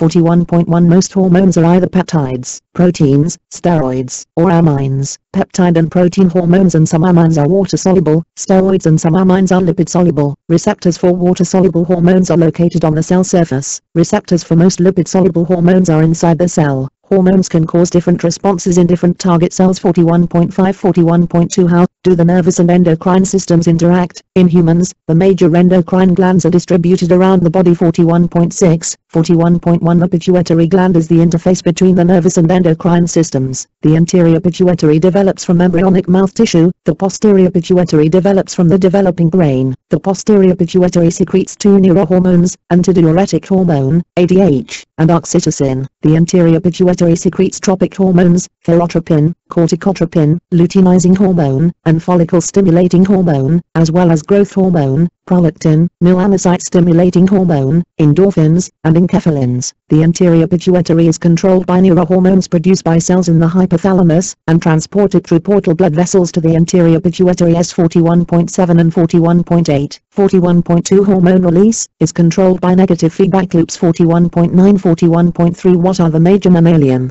endocrine glands and hormones? The thyroid gland is controlled by thyrotropin and secretes thyroxine, which controls cell metabolism. 41.10 The level of calcium in the blood is regulated by three hormones. Calcitonin from the thyroid lowers blood calcium by promoting bone deposition. Parathyroid hormone, PTH, raises blood calcium by promoting bone turnover, and decreasing calcium excretion. Vitamin D promotes calcium absorption from the digestive tract. 41.11 41.3 The pancreas secretes three hormones. Insulin stimulates glucose uptake by cells and lowers blood glucose, glucagon raises blood glucose, and somatostatin slows the rate of nutrient processing. The adrenal gland has two portions, one within the other. The inner portion, the adrenal medulla, releases epinephrine and norepinephrine in response to stress. The outer portion, the adrenal cortex, produces three classes of corticosteroids, glucocorticoids, mineralocorticoids, and small amounts of sex steroids. S41.12 and 41.13 Aldosterone is a mineralocorticoid that stimulates the kidneys to conserve sodium and excrete potassium. Cortisol is a glucocorticoid that is released in response to stressful stimuli, but acts more slowly than the hormones of the adrenal medulla. 41.14 Sex hormones, androgens in males, estrogens and progesterone in females, are produced by the gonads in response to tropic hormones. Sex hormones control sexual development, secondary sexual characteristics, and reproductive functions. S41.14 and 41.15 The pineal gland releases melatonin, which is involved in controlling biological rhythms. 41.16 41.4 How do we study mechanisms of hormone action? Immunoassay techniques are used to measure concentrations of hormones and other substances. 41.17 The sensitivity of a cell to hormones can be altered by downregulation or upregulation of the receptors in that cell. 41.2 Chapter 42, Immunology, Animal Defense Systems. 42.1 What are the major defense systems of animals? Animal defenses against pathogens are based on the body's ability to distinguish between self and non-self. Non-specific, innate defenses are inherited mechanisms that protect the body from many kinds of pathogens. They typically act rapidly. Specific defenses are adaptive mechanisms that respond to specific pathogens. They develop more slowly than non-specific defenses but are long-lasting. Many defenses are implemented by cells and proteins carried in the blood plasma and lymphome. 42.1 42.1 White blood cells fall into two broad groups. Phagocytes include macrophages that engulf pathogens by phagocytosis. Lymphocytes, which include B cells and T cells, participate in specific responses. 42.2 42.1 42.2 What are the characteristics of the non-specific defenses? An animal's non-specific defenses include physical barriers such as the skin, and competing resident microorganisms known as normal flora. 42.1 The complement system consists of more than 20 different antimicrobial proteins that act to alter membrane permeability and kill targeted cells. Circulating defensive cells, such as phagocytes and natural killer cells, eliminate invaders. The inflammation response activates several types of cells and proteins that act against invading pathogens. Mast cells release histamines, which cause blood vessels to dilate and become leaky. 42.3 42.2 A cell signaling pathway involving the toll-like receptor stimulates the body's defenses. 42.4 42.3 How does specific immunity develop? See 42.2. The specific immune response recognizes specific antigens, responds to an enormous diversity of antigenic determinants, distinguishes self from non-self, and remembers the antigens it has encountered. Each antibody in each T cell is specific for a single antigenic determinant. T cell receptors bind to antigens on the surfaces of virus-infected cells and abnormal cells. The humoral immune response is directed against pathogens in the blood, lymph, and tissue fluids. The cellular immune response is directed against an antigen, established within a host cell. Both responses are mediated by antigenic fragments being presented on a cell surface along with the proteins of the major histocompatibility complex. Clonal selection accounts for the specificity and diversity of the immune response, and for immunological memory. 42.7. An activated B or T lymphocyte produces effector cells that attack the antigen, and memory cells, that are long-lived and rarely divide. Effector B cells are called plasma cells, and secrete specific antibodies. Vaccination is inoculation with modified pathogens or antigens, that provoke an immune response, but are not pathogenic. 42.4. What is the humoral immune response? See 42.3. B cells are the basis of the humoral immune response. B cells are activated by binding of antigen, and by stimulation by Th cells with the same specificity, and then form plasma cells. These cells synthesize and secrete specific antibodies. The basic unit of an immunoglobulin is a tetramer of 4 polypeptides, 2 identical light chains and 2 identical heavy chains, each consisting of a constant region and a variable region. 42.9, 42.3. The variable regions determine the specificity of an immunoglobulin, and the constant regions of the heavy chain determine its class. There are 5 classes of immunoglobulins with different body locations and functions. 42.3. A monoclonal antibody can be made by fusing a B cell with a tumor cell to form a hybridoma. 42.10, 42.5. What is the cellular immune response? See 42.4. T cells are the effectors of the cellular immune response. T cell receptors are somewhat similar in structure to the immunoglobulins, having variable and constant regions. 42.11. There are 3 types of T cells. Cytotoxic T cells recognize and kill virus-infected cells or mutated cells. T helper cells direct both the cellular and humoral immune responses. Regulatory T cells inhibit the other T cells from mounting an immune response to self-antigens. The genes of the major histocompatibility complex, MHC, encode membrane proteins that bind antigenic fragments and present them to T cells. As 42.12 and 42.13. Organ transplants are ejected when the host's immune system recognizes MHC proteins on transplanted tissue as non-self, and initiates an immune defense attacking the foreign tissue.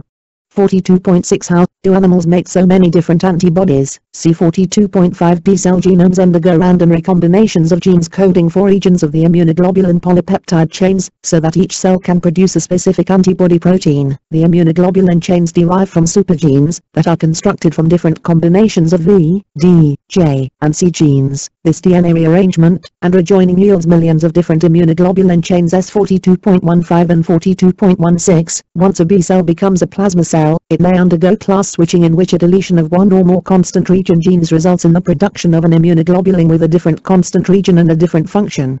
42.17 42.7 What happens when the immune system malfunctions? An allergic reaction is an inappropriate immune response caused by immediate or delayed hypersensitivity to certain antigens. 42.18 Autoimmune diseases result when the immune system produces B and T cells that attack self-antigens. Immune deficiency disorders result from failure of one or another part of the immune system. AIDS is an acquired immune deficiency disorder arising from depletion of the Th cells as a result of infection with HIV. 42.19 Chapter 43 Animal reproduction. 43.1 How do animals reproduce without sex? Asexual reproduction produces offspring that are genetically identical to their parent and to one another. It produces no genetic diversity. Means of asexual reproduction include budding, regeneration, and parthenogenesis. S 43.1 and 43.2 43.2 How do animals reproduce sexually? Sexual reproduction consists of 3 basic steps: gametogenesis, spawning and mating, and fertilization. Gametogenesis and fertilization are similar in all animals, but spawning and mating includes a great variety of anatomical, physiological, and behavioral adaptations. In sexually reproducing species, genetic diversity is created by crossing over and independent assortment of chromosomes during gametogenesis. Fertilization also contributes to genetic diversity. Gametogenesis occurs in testes and ovaries. In spermatogenesis, the production of sperm, and oogenesis, the production of eggs, the germ cells proliferate mitotically, undergo meiosis, and mature into gametes. Each primary spermatocyte can produce 4 haploid sperm through the 2 divisions of meiosis. 43.3 Primary oocytes immediately enter prophase of the first meiotic division, and in many species, including humans, their development is arrested at this point. Each eugonium produces only 1 egg. 43.3b Fertilization involves sperm activation, species-specific binding of sperm to egg, the acrosomal reaction, digestion of a path through the protective coverings of the egg, and fusion of sperm and egg plasma membranes. Fusion of these two membranes triggers blocks to polyspermy, which prevent additional sperm from entering the egg, and in mammals, signal the egg to complete meiosis, and begin development. 43.4, 43.1 External fertilization is common in aquatic species. Internal fertilization is necessary in terrestrial species, and usually involves copulation. The shelled egg of amniotes is an important evolutionary adaptation, that allows reptiles and birds to reproduce in the terrestrial environment. Hermaphroditic or monoecious species have both male and female reproductive systems in the same individual, either sequentially or simultaneously. Dioecious species have separate male and female individuals. Animals can be classified as oviparous or viviparous, depending on whether the early stages of development occur outside or inside the mother's body. 43.3 How do the human male and female reproductive systems work? Men produce semen, and deliver it into the woman's reproductive tract. Semen consists of sperm suspended in seminal fluid, which nourishes the sperm and facilitates fertilization. Sperm are produced in the seminiferous tubules of the testes, mature in the epididymis, and are delivered to the urethra through the vasa deferentia. Other components of semen are produced in the seminal vesicles, prostate gland and bulbourethral gland. 43.8 and 43.9. 43.1 All components of the semen join in the urethra at the base of the penis, and are ejaculated through the erect penis by muscle contractions at the culmination of copulation. Spermatogenesis depends on testosterone secreted by the Leydig cells of the testes, which are under the control of hormones produced in the anterior pituitary and the hypothalamus. The production of these hormones is controlled by negative feedback from testosterone and another hormone, inhibin, produced by the Sertoli cells of the testes. 43.10. 43.2 Eggs mature in the woman's ovaries, and are released into the oviducts. Sperm deposited in the vagina during copulation, move up through the cervix and uterus into the oviducts. Fertilization occurs in the upper regions of the oviducts. 43.11, 43.3 The maturation and release of eggs constitute an ovarian cycle. In women, this cycle takes about 28 days. The uterine cycle prepares the uterus for a seat of a blastocyst. If no blastocyst is implanted, the lining of the uterus sloughs off in the process of menstruation. 43.13, 43.2 Both the ovarian and the uterine cycles are under the control of hypothalamic and pituitary hormones, which in turn, are under the feedback control of estrogen and progesterone. 43.14 Childbirth is initiated by hormonal and mechanical stimuli that increase the contraction of uterine muscle. 43.15 43.4 How can fertility be controlled? Human sexual responses consist of 4 phases: excitement, plateau, orgasm, and resolution. In addition, men have a refractory period during which renewed excitement is not possible. 43.16 Methods of contraception include abstention from copulation and the use of technologies that decrease the probability of fertilization. 43.1 Part 1, Part 2, Part 3 Assisted reproductive technologies, ARTs, have been developed to increase fertility. Chapter 44, Animal Development. 44.1 How does fertilization activate development? The sperm and the egg contribute differentially to the zygote. The sperm contributes a haploid nucleus, and, in most species, a centriole. The egg contributes a haploid nucleus, nutrients, ribosomes, mitochondria, mass, and proteins. In amphibians, the cytoplasmic contents of the egg are not distributed homogeneously, and they are rearranged after fertilization, to set up the major axis of the future embryo. The nutrient molecules are generally found in the vegetal hemisphere, whereas the nucleus is found in the animal hemisphere. 44.1 and 44.2 Cleavage is a period of rapid cell division. Except in mammals, little if any gene expression occurs during cleavage. Cleavage can be complete or incomplete, and the pattern of cell divisions depends on the orientation of the mitotic spindles. The result of cleavage is a ball or mass of cells called a blastula. 44.3 Early cell divisions in mammals are unique in being slow, and allowing for gene expression early in the process. These cell divisions produce a blastocyst composed of an inner cell mass that becomes the embryo and an outer cell mass that becomes the trophoblast. At the time of implantation, the trophoblast secretes molecules that help the blastocyst implant in the uterine wall. 44.4 and 44.5 A fate map can be created by labeling specific blastomeres, and observing what tissues and organs are formed by their progeny. 44.6 Some species undergo mosaic development, in which the fate of each cell is determined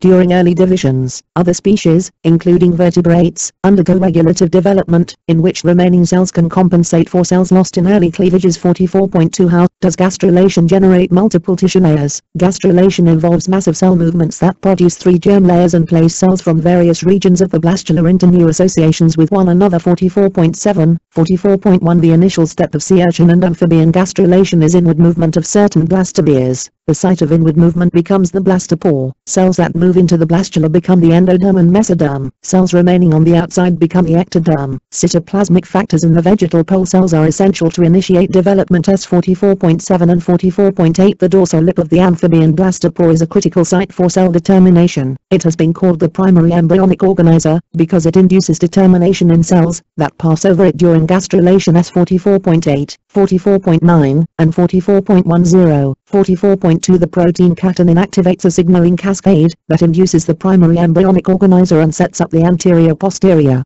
body axis. S 44.2 and 44.11 Gastrulation in reptiles and birds differs from that in sea urchins and frogs, because the large amount of yolk in reptile and bird eggs causes the blastula to form a flattened disc of cells. 44.13 Although their eggs have no yolk, placental mammals have a pattern of gastrulation similar to that of reptiles and birds. 44.3 How do organs and organ systems develop? Gastrulation is followed by organogenesis, the process whereby tissues interact to form organs and organ systems. In the formation of a vertebrate nervous system, one group of cells that migrates over the blastopore lip is determined to become a notochord. The notochord organizes the overlying ectoderm to thicken, form parallel ridges, and fold in on itself to form a neural tube below the epidermal ectoderm. The nervous system develops from this neural tube. 44.14 The notochord and neural crest cells participate in the segmental organization of mesoderm into structures, called somites along the body axis. Rudimentary organs and organ systems form during these stages. 44.15 Invertebrates, Hark's genes determine the pattern of anterior-posterior differentiation along the body axis in mammals. Other genes, such as sonic hedgehog, contribute to dorsal ventral differentiation. 44.16 44.4 How is the growing embryo sustained? The embryos of reptiles, birds, and mammals are protected and nurtured by 4 extraembryonic membranes. In birds and reptiles, the yolk sac surrounds the yolk and provides nutrients to the embryo. The chorea lines the eggshell and participates in gas exchange. The amnion surrounds the embryo and encloses it in an aqueous environment, and the allantois stores metabolic wastes. 44.17 44.1 In mammals, the chorion and the trophoblast cells interact with the maternal uterus to form a placenta, which provides the embryo with nutrients and gas exchange. The amnion encloses the embryo in an aqueous environment. 44.18 44.5 What are the stages of human development? Human pregnancy, or gestation, can be divided into 3 trimesters. The embryo forms in the first trimester. During this time, it is most vulnerable to environmental factors that can lead to birth defects. During the second and third trimesters the fetus grows, the limbs elongate, and the organ systems mature. Development continues throughout childhood and throughout life. Chapter 45, Neurons and Nervous Systems. 45.1 What cells are unique to the nervous system? Nervous systems include neurons and glia. Neurons are organized in circuits with sensory inputs, integration, and outputs to effectors. Glia serve support functions. S 45.1 and 45.3 Invertebrates, the brain and spinal cord form the central nervous system, CNS, which communicates with the rest of the body via the peripheral nervous system, PNS. The CNS increases in complexity from invertebrates to vertebrates, and from fishes to mammals. S 45.1 and 45.2 Neurons generally receive information via their dendrites, of which there can be many, and transmit information via their single axons, which end in axon terminals. 45.3 Where neurons and their target cells meet, information is transmitted across specialized junctions called synapses. Glia include Schwann cells and oligodendrocytes, both of which generate myelin sheets on axons. Glia also include astrocytes, which support neurons metabolically, and contribute to the blood-brain barrier. 45.4 45.2 How do neurons generate and transmit electrical signals? See 45.1 Neurons have an electric charge difference across their plasma membranes, the membrane potential. The membrane potential is created by ion transporters and channels. When a neuron is not active, its membrane potential is a resting potential. S 45.5 and 45.6 The sodium-potassium pumped concentrates K+ on the inside of a neuron and Na+ on the outside. Potassium channels allow K+ to diffuse out of the neuron, leaving behind unbalanced negative charges. S 45.6 and 45.7 Patch clamping allows the study of single ion channels. 45.8 The resting potential is perturbed when ion channels open or close, changing the permeability of the plasma membrane to charged ions. Through this mechanism, the plasma membrane can become depolarized, or hyperpolarized, and therefore have a graded membrane potential response to input. 45.9 An action potential is a rapid reversal in charge across a portion of the plasma membrane resulting from the sequential opening and closing of voltage-gated channels of Na+ and K+. These changes in voltage-gated channels occur when the plasma membrane depolarizes to a threshold level. 45.10 45.2 Action potentials are all or none, self-regenerating events. They are conducted down axons, because local current flow depolarizes adjacent regions of membrane, and brings them to threshold. 45.11 In myelinated axons, action potentials appear to jump between nodes of ranvia, patches of axonal plasma membrane, that are not covered by myelin. 45.12 45.3 How do neurons communicate with other cells? Neurons communicate with each other, and with other cells, by transmitting information over chemical synapses, with neurotransmitters, or electrical synapses. The neuromuscular junction is a well-studied chemical synapse between a motor neuron and a skeletal muscle cell. Its neurotransmitter is acetylcholine, H, which causes depolarization of the postsynaptic membrane when it binds to its receptor. 45.13 Animated tutorial. 45.3 When an action potential reaches an axon terminal, it causes the release of neurotransmitters, which diffuse across the synaptic cleft and bind to receptors on the postsynaptic membrane.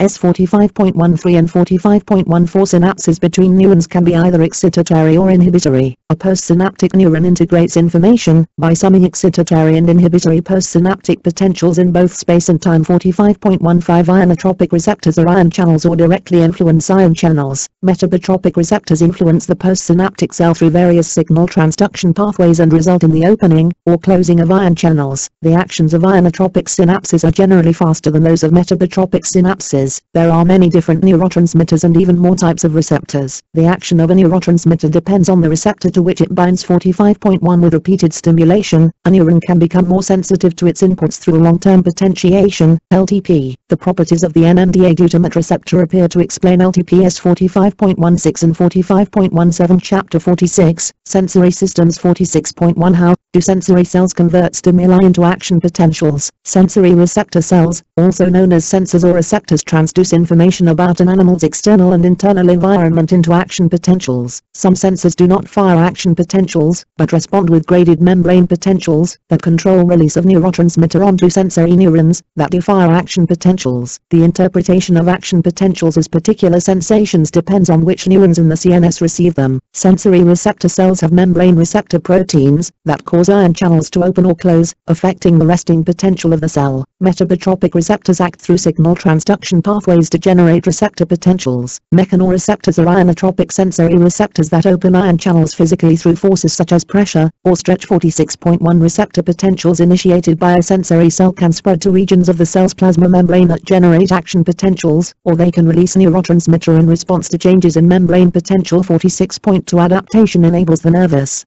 system to ignore irrelevant or continuous stimuli, while remaining responsive to relevant or new stimuli. 46.2 How do sensory systems detect chemical stimuli? Chemoreceptors are responsible for olfaction, gustation, and the sensing of pheromones. Mammalian olfactory sensors project directly to the olfactory bulb of the brain. Sensors for the same odorant project to the same area of the olfactory bulb. Each olfactory receptor cell expresses one receptor protein that can bind a specific molecule or ion. Binding causes a second messenger to open ion channels, which creates an action potential. 46.4 Invertebrates, taste buds in the mouth cavity are responsible for gustation. The 5 basic tastes are sweet, salty, sour, bitter, and umami. 46.5 46.3 How do sensory systems detect mechanical forces? The skin contains a variety of ionotropic mechanoreceptors that respond to touch and pressure. The density of mechanoreceptors in any skin area determines the sensitivity of that area. 46.6 Stretch receptors in muscle spindles and in the Golgi tendon organ found in tendons and ligaments inform the CNS of the positions of and loads on parts of the body. 46.7 In mammalian auditory systems, ear pinnae collect and direct sound waves to the tympanic membrane,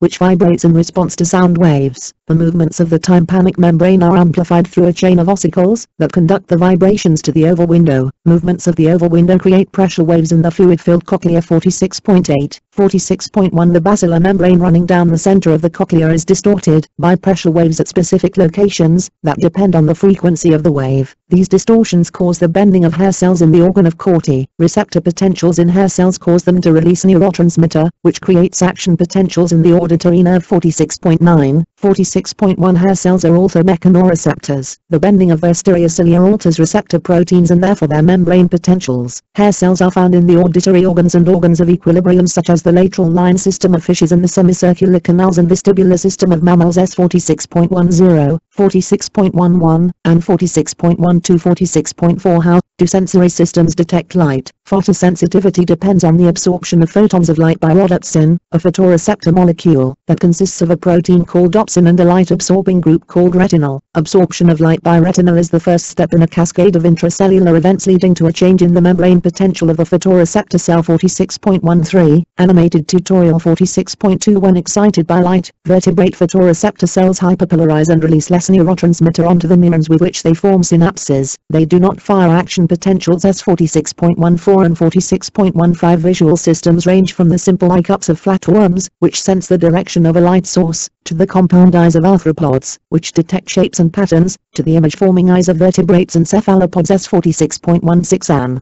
46.17, 46.2 Vertebrate and cephalopod eyes focus detailed images of the visual field onto dense arrays of photoreceptors that transduce the visual image into neural signals. 46.18 Vertebrates have two types of photoreceptors, rod cells and cone cells. In humans, the fovea contains almost exclusively cone cells, which are responsible for color vision, but are not very sensitive in dim light. Color vision arises from three types of cone cells with different spectral absorption properties. 46.19 and 46.20 The vertebrate retina consists of 5 layers of neurons lining the back of the eye. The light-absorbing photoreceptor cells are at the back of the retina. 46.21, 46.3 The axons of the ganglion cells, in the innermost layer of the retina, are bundled together in the optic nerve. Between the photoreceptors and the ganglion cells are neurons that process information from the photoreceptors. Chapter 47, The Mammalian Nervous System, Structure, and Higher Function. 47.1 How is the mammalian nervous system organized? The brain and spinal cord make up the central nervous system, CNS. The cranial and spinal nerves make up the peripheral nervous system, PNS. The nervous system can be modeled conceptually in terms of the direction of information flow, and whether we are conscious of the information. The afferent component carries information from the PNS to the CNS, and the efferent component directs information from the CNS to the peripheral parts of the body. 47.1 The vertebrate nervous system develops from a hollow dorsal neural tube. The brain forms from 3 swellings at the anterior end of the neural tube, which become the hindbrain, the midbrain and the forebrain. The forebrain develops into the cerebral hemispheres, the telencephalon, or cerebrum, and the underlying thalamus and hypothalamus, which together compose the diencephalon. The midbrain and hindbrain develop into the brainstem and the cerebellum. 47.2 The spinal cord communicates information between the brain and the rest of the body. It can issue some commands to the body without input from the brain. 47.3, animated tutorial. 47.1 The reticular system is a complex network that directs incoming information to appropriate brainstem nuclei that control autonomic functions, and transmits the information to the forebrain that results in conscious sensation. The reticular system controls the level of arousal of the nervous system, including sleep and wakefulness. The limbic system is an evolutionarily primitive part of the telencephalon that is involved in emotions, physiological drives, such as hunger or thirst, instincts, and memory. 47.4 The cerebral hemispheres are the dominant structures of the human brain. Their surfaces are layers of neurons called the cerebral cortex. The cerebral hemispheres can be divided into the temporal, frontal, parietal, and occipital lobes. Many motor functions are localized in parts of the frontal lobe. Information from many sensory receptors projects to a region of the parietal lobe. Visual information projects to the occipital lobe, and auditory information projects to a region of the temporal lobe. 47.5, 47.6, and 47.7, 47.1, 47.2 How is information processed by neural networks? The autonomic nervous system, ANS, consists of efferent pathways that control the physiological function of organs and organ systems. Its sympathetic and parasympathetic divisions are characterized by their anatomy, neurotransmitters, and effects on target tissues. 47.10 The neural network of vision involves patterns of light falling on receptive fields in the retina. Receptive fields have a center and a surround, which have opposing effects on ganglion cell firing. 47.11, 47.2 Information from retinal ganglion cells is communicated via the optic nerve to the thalamus, and then to the visual cortex. The visual cortex seems to assemble an image of the visual world by analyzing edges of patterns of light. 47.12 Binocular vision is possible because information from both eyes is communicated to binocular cells in the visual cortex. These cells interpret distance by measuring the disparity between where the same stimulus falls on the two retinas. 47.13 47.3 Can higher functions be understood in cellular terms? Humans have a daily cycle of sleep and waking. Sleep can be divided into rapid eye movement, REM, sleep and non-REM sleep. Deep non-REM sleep is known as slow wave sleep because of its characteristic EEG patterns. 47.14 Language abilities are localized mostly in the left cerebral hemisphere, a phenomenon known as lateralization. Different areas of the left hemisphere including Broca's area, Wernicke's area, and the angular gyrus are responsible for different aspects of language. 47.16, 47.2 Some learning and memory processes have been localized to specific brain areas. Long-lasting changes in synaptic properties referred to as long-term potentiation, LTP, and long-term depression, LDP, may be involved in learning and memory. Complex memories can be elicited by stimulating small regions of association cortex. Damage to the hippocampus can destroy the ability to form long-term declarative memory, but not procedural memory. A sense of the physiological state of the body may be created in the insular cortex from visceral afferent information. Evolution of this integrative function in higher primates and humans could be the basis for conscious experience. 47.3. Chapter 48, Musculoskeletal Systems. 48.1 How do muscles contract? Skeletal muscle consists of bundles of muscle fibers. Each skeletal muscle fiber is a large cell containing multiple nuclei. Skeletal muscles contain numerous myofibrils, which are bundles of actin and myosin filaments. The regular, overlapping arrangement of the actin and myosin filaments into sarcomeres gives skeletal muscle its striated appearance. 48.1. 48.1 The changes in the banding patterns of sarcomeres led to the sliding filament model of muscle contraction. 48.2. 48.1 The molecular mechanism of muscle contraction involves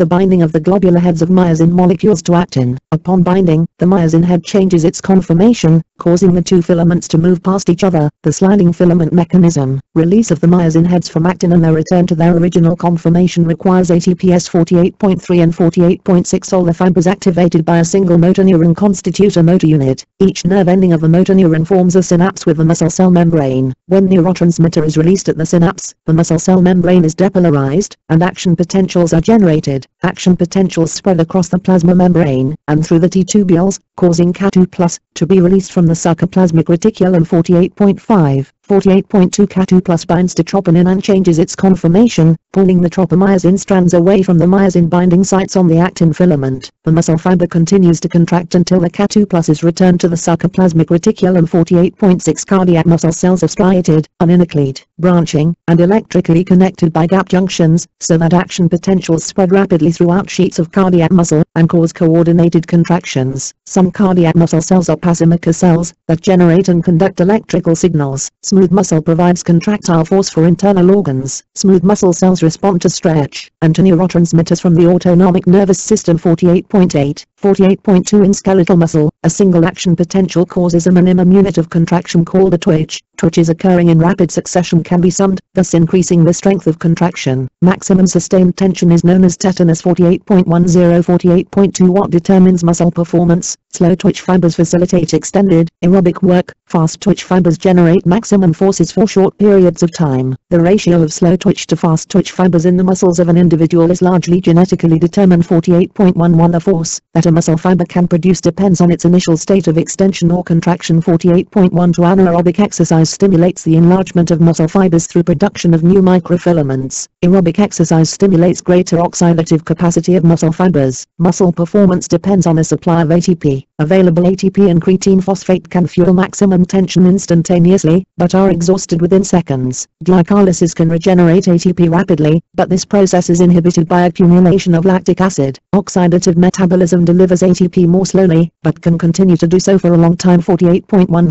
48.3 How do skeletal systems and muscles work together? Skeletal systems provide supports against which muscles can pull. Hydrostatic skeletons are fluid-filled body cavities that can be squeezed by muscles. 48.14 Exoskeletons are hardened outer surfaces to which internal muscles are attached. Endoskeletons are internal systems of rigid rod-like, plate-like, and tube-like supports, consisting of bone and cartilage to which muscles are attached. 48.15 Bone is continually remodeled by osteoblasts, which lay down new bone, and osteoclasts, which erode bone. 48.16 Bones developed from connective tissue membranes, membranous bone, or from cartilage bone, Through ossification, cartilage bone can grow until centers of ossification meet. 48.17 Bone can be compact, solid and hard, or cancellous, containing numerous internal spaces. Most of the compact bone of mammals is composed of divergent systems. 48.18 Joints enable muscles to power movements in different directions. Muscles and bones work together around joints as systems of levers. 48.19, 48.21, 48.3 Tendons connect muscles to bones, ligaments connect bones to one another. 48.20 Chapter 49, Gas exchange in animals. 49.1 What physical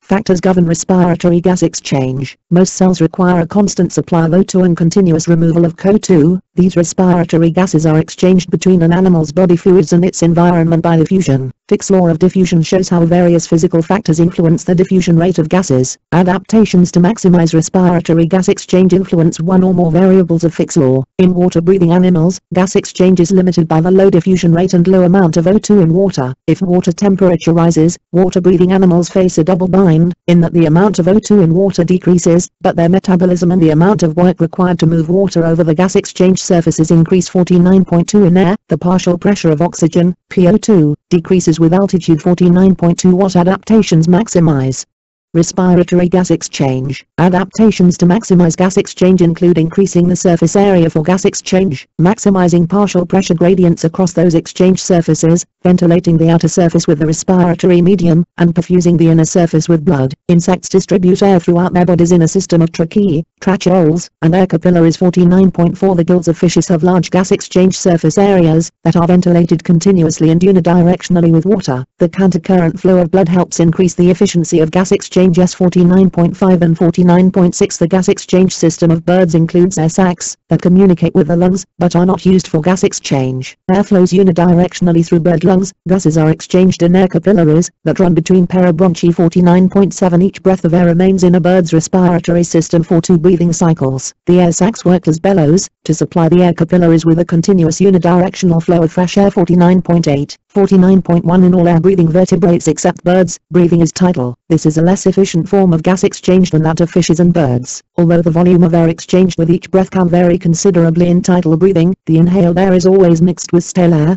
49.9, 49.3 How do human lungs work? In mammalian lungs, the gas exchange surface area, provided by the millions of alveoli, is enormous, and the diffusion path length between the air and perfusing blood is short. Surface tension in the alveoli would make inflation of the lungs difficult if the alveoli did not produce surfactant. 49.10, 49.1 Inhalation occurs when contractions of the diaphragm pull on the pleural membranes and reduce the pressure in the thoracic cavity. Relaxation of the diaphragm increases pressure in the thoracic cavity and results in exhalation. 49.11, 49.2 During periods of heavy metabolic demands such as strenuous exercise, the intercostal muscles, located between the ribs, increase the volume of air inhaled and exhaled. 49.4 How does blood transport respiratory gases? O2 is reversibly bound to hemoglobin in red blood cells. Each hemoglobin molecule can carry a maximum of 4 O2 molecules. Because of positive cooperativity, hemoglobin's affinity for O2 depends on the PO2 to which the hemoglobin is exposed. Therefore, hemoglobin picks up O2 as it flows through respiratory exchange structures, and gives up O2 in metabolically active tissues. 49.12 Hemoglobin serves as an O2 reserving muscle. There is more than one type of hemoglobin. Fetal hemoglobin has a higher affinity for O2 than does maternal hemoglobin, allowing fetal blood to pick up O2 from the maternal blood in the placenta. 49.13, 49.2 CO2 is transported in the blood principally as bicarbonate ions, HCO3. 49.14, 49.5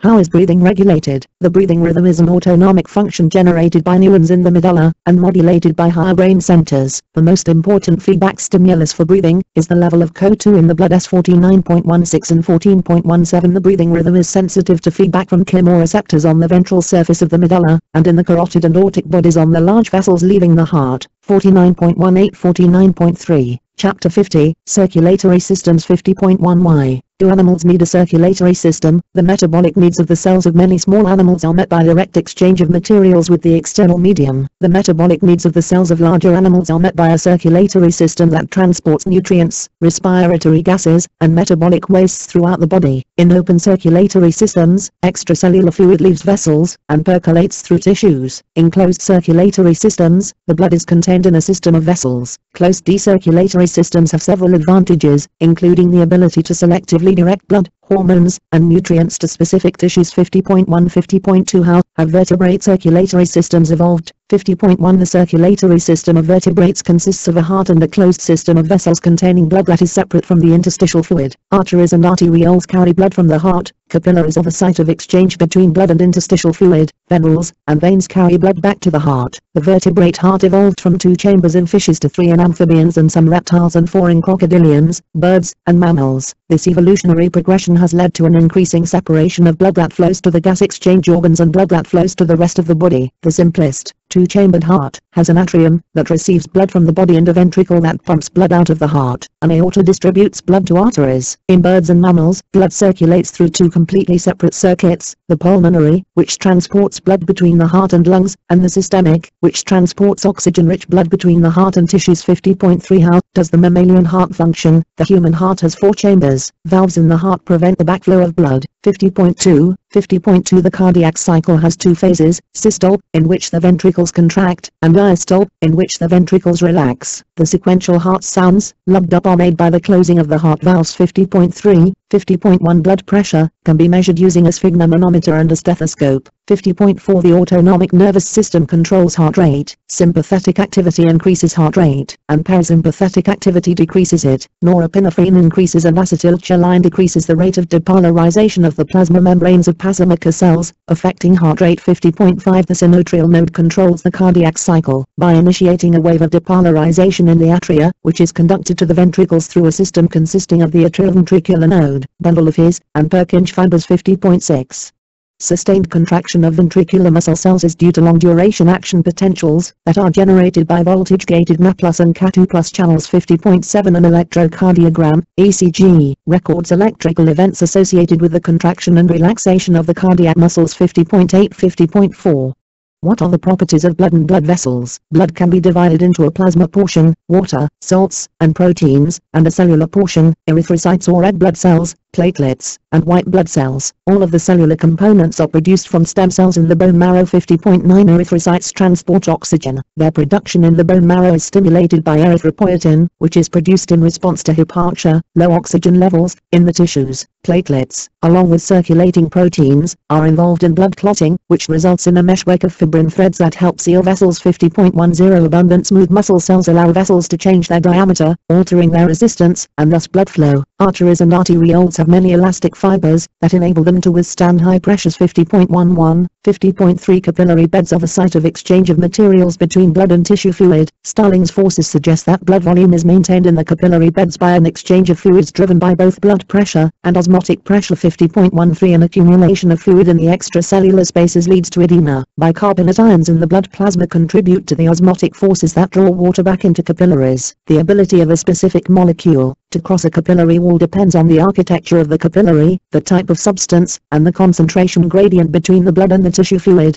Veins have a high capacity for storing blood, aided by gravity, by contractions of skeletal muscle, and by the actions of breathing. They return blood to the heart. 50.14 The Frank-Starling law describes forces that increase cardiac output, such as stretch of the cardiac muscle cells caused by increased venous return. The lymphatic system returns the interstitial fluid to the blood. 50.5 How is the circulatory system controlled and regulated? Blood flow through capillary beds is controlled by local autoregulatory mechanisms, hormones, and the autonomic nervous system. 50.16 Blood pressure is controlled in part by the hormones ADH and angiotensin, which stimulate contraction of blood vessels. 50.17 Heart rate is controlled by the autonomic nervous system, which responds to information about blood pressure and blood composition, that is integrated by regulatory centers in the medulla. 50.18 Chapter 51, Nutrition, Digestion, and Absorption. 51.1 What do animals require from food? Animals are heterotrophs, that derive their energy and molecular building blocks, directly or indirectly, from autotrophs. Carbohydrates, fats, and proteins in food supply animals with metabolic energy. A measure of the energy content of food is the kilocalorie, cal. Excess caloric intake is stored as glycogen and fats. 51.2 For many animals, food provides essential carbon skeletons that they cannot synthesize themselves. 51.4 Most researchers consider 8 amino acids to be essential for adult humans. Some believe that infants require as many as 12 essential amino acids in their diet. Macronutrients are mineral element needed in large quantities, micronutrients are needed in small amounts. 51.5 Table 51.1 Part 1, Part 2, 51.1 Vitamins are organic molecules that must be obtained in food. 51.2 Part 1, Part 2, 51.2 Malnutrition results when any essential nutrient is lacking from the diet. Chronic malnutrition causes deficiency disease. 51.2 How do animals ingest and digest food? Animals can be characterized by how they acquire nutrients. Saprobes and ectotivores depend on dead organic matter. Filter feeders strain the aquatic environment for small food items. Herbivores eat plants, and carnivores eat animals. Behavioral and anatomical adaptations reflect these feeding strategies. 51.3 Digestion involves the breakdown of complex food molecules into monomers that can be absorbed and utilized by cells. In most animals, digestion takes place in a tubular gut. 51.7 Absorptive areas of the gut are characterized by a large surface area produced by extensive folding, and numerous villi and microvilli. 51.8 Hydrolytic enzymes break down proteins, carbohydrates, and fats into their monomeric units. To prevent the organism itself from being digested, many of these enzymes are released as inactive zymogens, which become activated when secreted into the gut. 51.3 How does the vertebrate gastrointestinal system function? The vertebrate gut can be divided into several compartments with different functions. 51.9, 51.4 The cells and tissues of the vertebrate gut are organized in the same way throughout its length. The innermost tissue layer, the mucosa, is the secretory and absorptive surface. The submucosa contains blood and lymph vessels and a nerve network. External to the submucosa are two smooth muscle layers. Between the two muscle layers is another nerve network that controls the movements of the gut. 51.10 Swallowing is a reflex that pushes a bolus of food into the esophagus. Peristalsis and other movements of the gut move the bolus down the esophagus and through the entire length of the gut. Sphincters block the gut at certain locations, but they relax as a wave of peristalsis approaches. 51.11 Digestion begins in the mouth, where amylase is secreted with the saliva. Digestion of protein begins in the stomach, where parietal cells secrete HCl and chief cells secrete pepsinogen, a zymogen that becomes pepsin when activated by low pH and autocatalysis. The mucosa also secretes mucus, which protects the tissues of the gut. 51.12 In the duodenum, pancreatic enzymes carry out most of the digestion of food. Bile from the liver and gallbladder emulsify fats into micelles. Bicarbonate ions from the pancreas neutralize the pH of the chyme entering from the stomach to produce an environment conducive to the actions of pancreatic enzymes such as trypsin. 51.14 and table 51.3 Final enzymatic cleavage of polypeptides and disaccharides occurs among the microvilli of the intestinal mucosa. Amino acids, monosaccharides, and inorganic ions are absorbed by the microvilli. Specific transporter proteins are sometimes involved. Symporters often power the active transport of nutrients. Fats broken down by lipases are absorbed mostly as monoglycerides and fatty acids, and are as emphasized into triglycerides within cells. The triglycerides are combined with cholesterol and phospholipids, and coated with protein to form chylomicrons, which pass out of the mucosal cells, and into lymphatic vessels in the submucosa. 51.15 Animated tutorial. 51.1 Water and ions are absorbed in the large intestine as waste matter, and consolidated into feces, which are periodically eliminated. Microorganisms in some compartments of the gut digest materials that their host cannot. 51.16 51.4 How is the flow of nutrients controlled and regulated? Autonomic reflexes coordinate activity of the digestive tract, which has an intrinsic nervous system that can act independently of the CNS. The actions of the stomach and small intestine are largely controlled by the hormones gastrin, secretin, and cholecystokin. In 51.17 The liver plays a central role in directing the traffic of fuel molecules. In the absorptive state, the liver takes up and stores fats and carbohydrates, converting monosaccharides to glycogen or fats. The liver also takes up amino acids and uses them to produce blood plasma proteins, and can engage in gluconeogenesis. Fat and cholesterol are shipped out of the liver as low-density lipoproteins. High-density lipoproteins act as acceptors of cholesterol, and are believed to bring fat and cholesterol back to the liver. Insulin largely controls fuel metabolism during the absorptive state, and promotes glucose uptake as well as glycogen and fat synthesis. In the post-absorptive state, lack of insulin blocks the uptake and utilization of glucose by most cells of the body except murines. If blood glucose levels fall, glucagon secretion increases, stimulating the liver to break down glycogen and release glucose to the blood. 51.18 51.2 Food intake is governed by sensations of hunger and satiety, which are determined by brain mechanisms responding to feedback signals such as insulin, leptin, and ghrelin. 51.19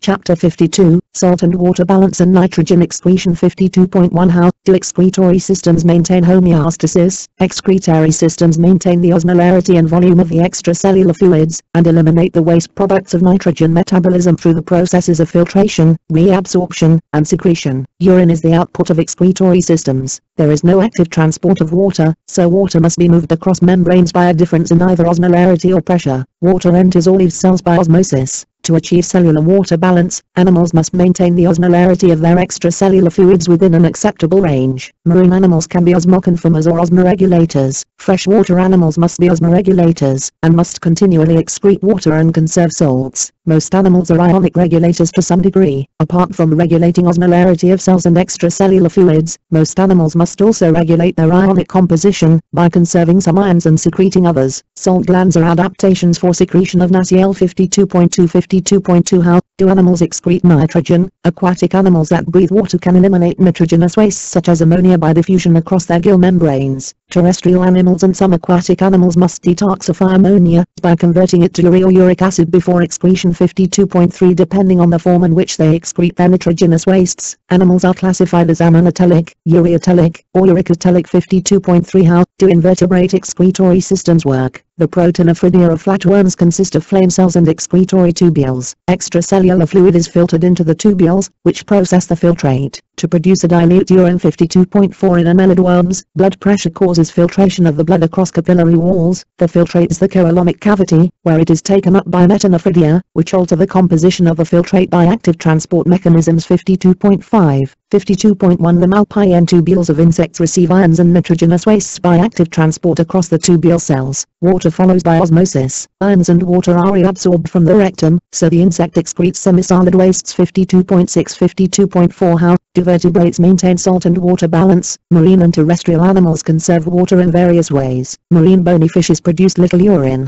Cartilaginous fishes retain urine, so that the osmolarity of their body fluids remains close to that of seawater. Amphibians remain close to water. Reptiles have skin with low water permeability, lay shelled eggs, and excrete nitrogenous wastes as uric acid. Mammals produce urine more concentrated than their extracellular fluids. The nephron, the functional unit of a vertebrate kidney, consists of a glomerulus, in which blood is filtered, a renal tubule, which processes the filtrate into urine to be excreted, and a system of peritubular capillaries, which surround the tubule, and serve as a site of secretion and reabsorption. 52.7 52.2 52.5 How does the mammalian kidney produce concentrated urine? The concentrating ability of the mammalian kidney is a function of its anatomy, which is ideal for countercurrent exchange. 52.9 52.1 The glomeruli and the proximal and distal convoluted tubules are located in the cortex of the kidney. Certain molecules are actively reabsorbed from the glomerular filtrate by the tubule cells, and other molecules are actively secreted. Straight sections of renal tubules called loops of Henle, and collecting ducts are arranged in parallel in the medulla of the kidney. See web activity. 52.3 Salts and water are reabsorbed in the proximal convoluted tubule without the renal filtrate becoming more concentrated, although its composition changes. The loops of Henle create a concentration gradient in the interstitial fluid of the renal medulla by a countercurrent multiplier mechanism. Urine flowing down the collecting ducts to the ureter is concentrated by the osmotic reabsorption of water caused by the concentration gradient in the surrounding interstitial fluid. 52.10 Hydrogen ions secreted by the renal tubules are buffered in the urine by bicarbonate and other chemical buffering systems. 52.12 and 52.13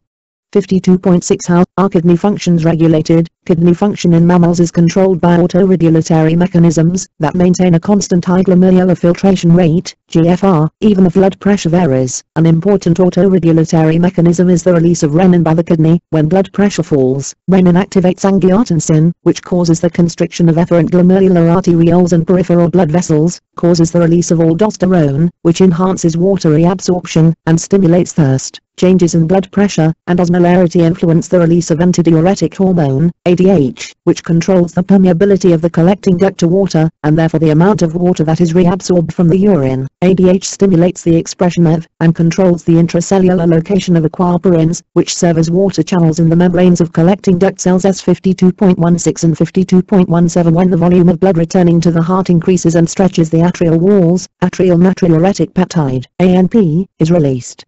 which causes increased excretion of salt and water. 52.4. Chapter 53, Animal Behavior. 53.1 What are the origins of behavioral biology? Ivan Pavlov's discovery of conditioned reflexes and B.F. Skinner's research on operant conditioning as a model for learning, led to an approach called behaviorism, that mainly carried out laboratory experiments on rats and a few other animal models. 53.1 Ethology focuses on both the proximate causes of behavior, what is the immediate cause of the behavior, and how does the behavior develop, and on the ultimate causes, how does the behavior affect the animal's fitness, and how does it compare with similar behaviors in related species? A major focus of the ethologists was fixed action patterns and their releases. They performed deprivation experiments as well as breeding experiments to demonstrate that certain behaviors are genetically determined. 53.2 How can genes influence behavior? Breeding experiments can reveal whether a behavioral phenotype is inherited. Gene knockout experiments can reveal the roles of specific genes underlying a behavioral phenotype. 53.4 and 53.5 Most behaviors are complex traits involving many genes that function in cascades and offer many points for a change in a single gene to influence behavior. 53.6 53.3 How does behavior develop?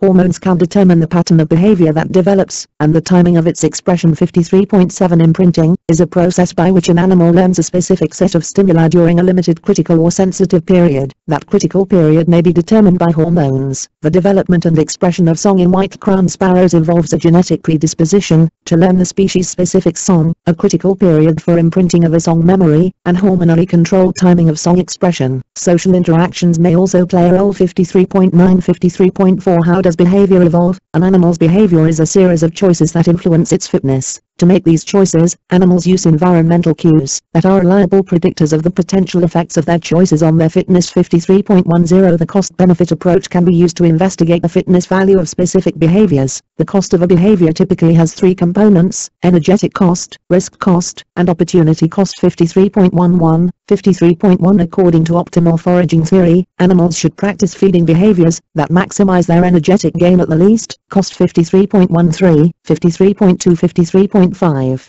What physiological mechanisms underlie behavior? Circadian rhythms control the daily cycle of behavior. Without environmental time cues, circadian rhythms free run with a period that is genetically programmed. They are normally entrained to the light-dark cycle by environmental cues. 53.15 Animated tutorial. 53.3 Circadian rhythms are endogenous yearly cycles whose neural basis is still unknown. Three forms of navigation used by animals to find their way in the environment are piloting, orienting to landmarks, distance direction navigation, and coordinate navigation. Navigation mechanisms include celestial navigation and a time-compensated solar compass. 53.16 53.17 53.18 53.4 The behaviors of individuals may become communication signals if the transmission of information benefits both the sender and the receiver. Chemical communication signals, pheromones, can be highly specific and have different time courses depending on their volatility and diffusibility. Visual signals can convey complex messages rapidly, but the recipient must be looking at the sender. Acoustic signals travel well over distances, do not require a focused recipient, and can be modified to reveal or conceal directional information.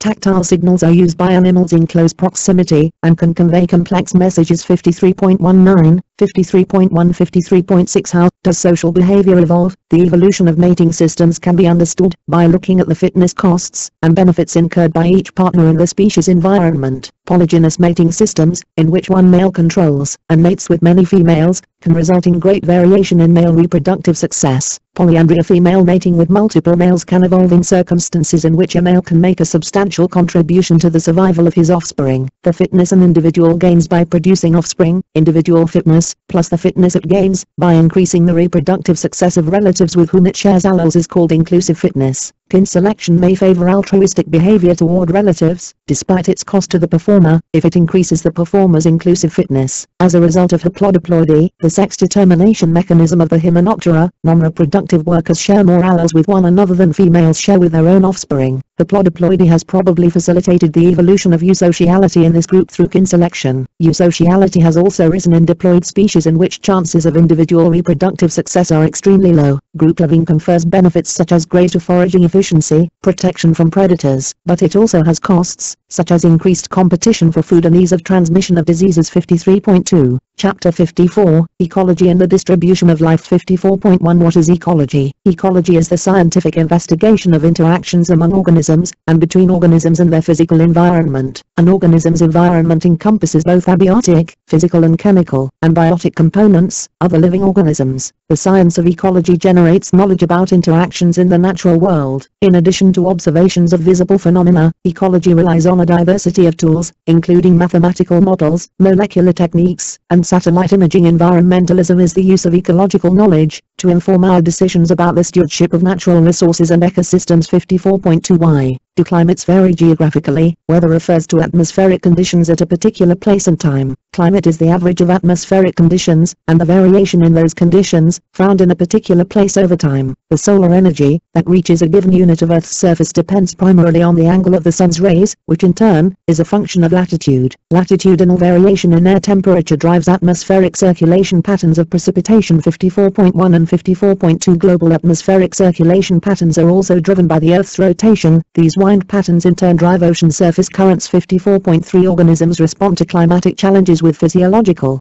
morphological, and behavioral adaptations. 54.3 What is a biome? A biome is an environment that is defined by its climatic and geographic attributes, and characterized by ecologically similar organisms, particularly its dominant vegetation. 54.5, 54.1 The distribution of biomes is determined primarily by climate, but other factors, such as soil characteristics and fire, also influence vegetation. Terrestrial biomes include Arctic and alpine tundra, boreal forest, temperate evergreen and temperate deciduous forests, temperate grasslands, hot and cold deserts, chaparral, thorn forest and savanna, tropical deciduous forest, and tropical evergreen forest. See 54.2. 54.4 What is a biogeographic region? Biogeography is the scientific study of the patterns of distribution of populations, species, and ecological communities. The boundaries of biogeographic regions are drawn where assemblages of species change dramatically over short distances. These boundaries generally correspond to present, or past barriers to dispersal. 54.7 and 54.8. 54.1 A species that is found only in a certain region is said to be endemic to that region. The theory of continental drift explains some discontinuous distributions that include multiple biogeographic regions. 54.10 Biogeographers can transform phylogenetic trees into area phylogenies that show where organisms now live, or once lived. 54.11 When formerly separated landmasses come together, species from both biotas may disperse into the other region. A phenomenon known as biotic interchange. Both vicariant events and dispersal across boundaries generate distinctive patterns of species distributions. 54.13 54.5 How is life distributed in aquatic environments? Oceanic life zones are determined by the distance from the surface, which in turn influences how much light is available to sustain photosynthetic organisms. 54.14 Freshwater river basins and lakes are also divided into life zones according to depth and light penetration. Estuaries are bodies of water where salt and fresh water mix. This globally small but crucial life zone supports many unique species. Chapter 55, Population Ecology. 55.1 How do ecologists study populations? A population consists of the individuals of a species that interact with one another within a particular area at a particular time. The density of a population is the number of individuals per unit of area or volume. The age structure and dispersion pattern of a population influence its dynamics. 55.2 and 55.3 Life tables provide summaries of demographic events in a population. A cohort life table tracks a cohort of individuals born at the same time and records the survivorship or fecundity of those individuals over time. 55.1 and 55.2 Life table data can be used to construct a survivorship curve. 55.4 55.2 How do environmental conditions affect life histories? A life history strategy of an organism describes how it partitions its time and energy among growth, maintenance, and reproduction. A population's intrinsic rate of increase, R, is the difference between the per capita birth rate, D, and the per capita death rate, D. Life history trace within a species may vary with habitat and interactions with other species can influence the evolution of life history trace. 55.3 What factors limit population densities? Populations can exhibit exponential growth for short periods, but eventually their resources become depleted, causing birth rates to drop, and death rates to rise. 55.6, 55.1 Logistic growth is the pattern seen when the growth of a population slows as its density approaches the environmental carrying capacity, K. 55.7. 55.2 and 55.1 species that are strategists of life histories that allow for high intrinsic rates of increase.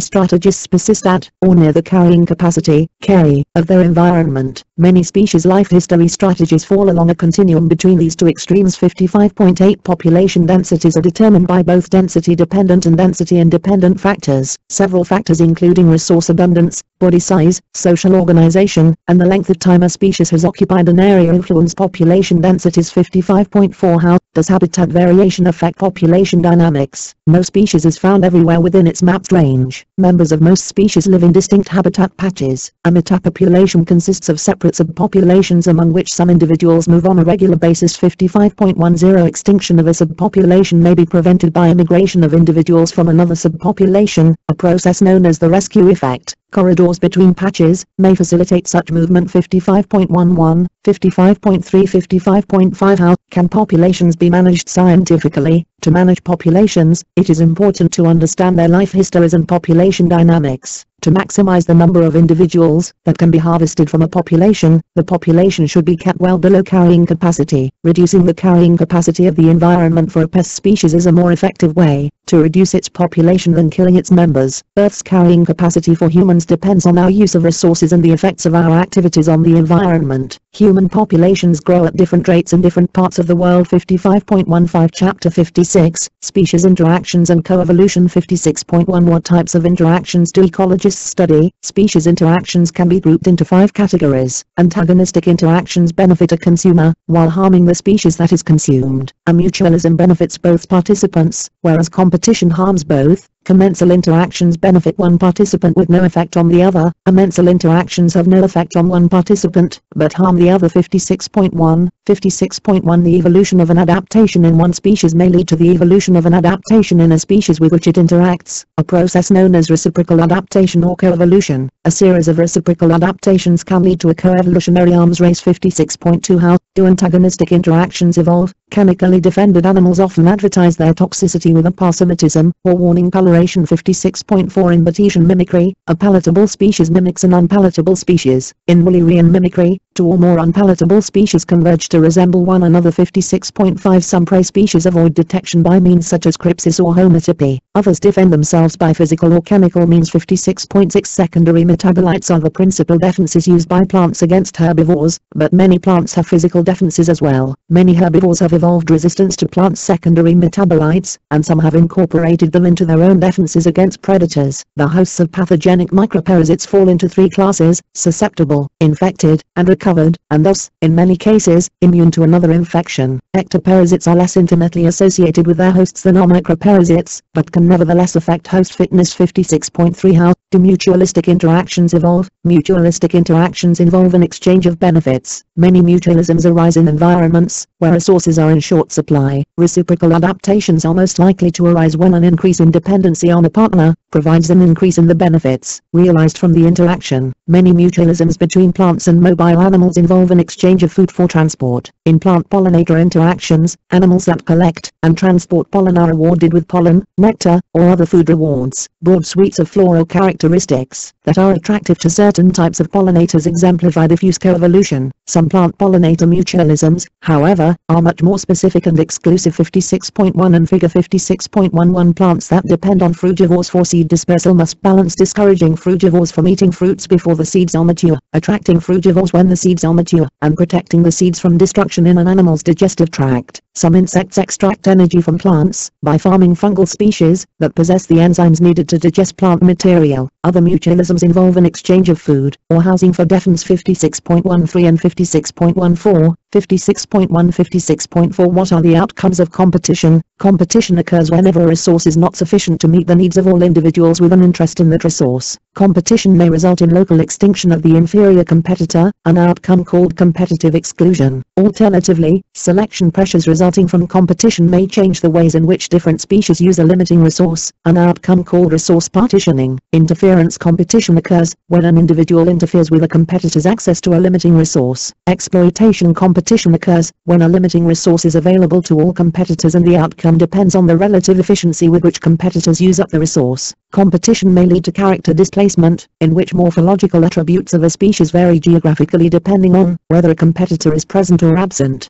56.15 A species niche is the set of physical and biological conditions it requires to persist. Although a species may be able to persist under a wide range of resource conditions, its fundamental niche, competitors may restrict its use of resources in a particular location, its realized niche. 56.16 Chapter 57, Community Ecology 57.1 What are ecological communities? An ecological community is a group of species that coexist and interact within a defined area. The number of species living in a community is its species richness. Gross primary productivity, GPP, is the rate at which the primary producers in a community turn solar energy into chemical energy via photosynthesis. Net primary production, NPP, represents the energy incorporated into primary producer biomass that is available for consumption by heterotrophs.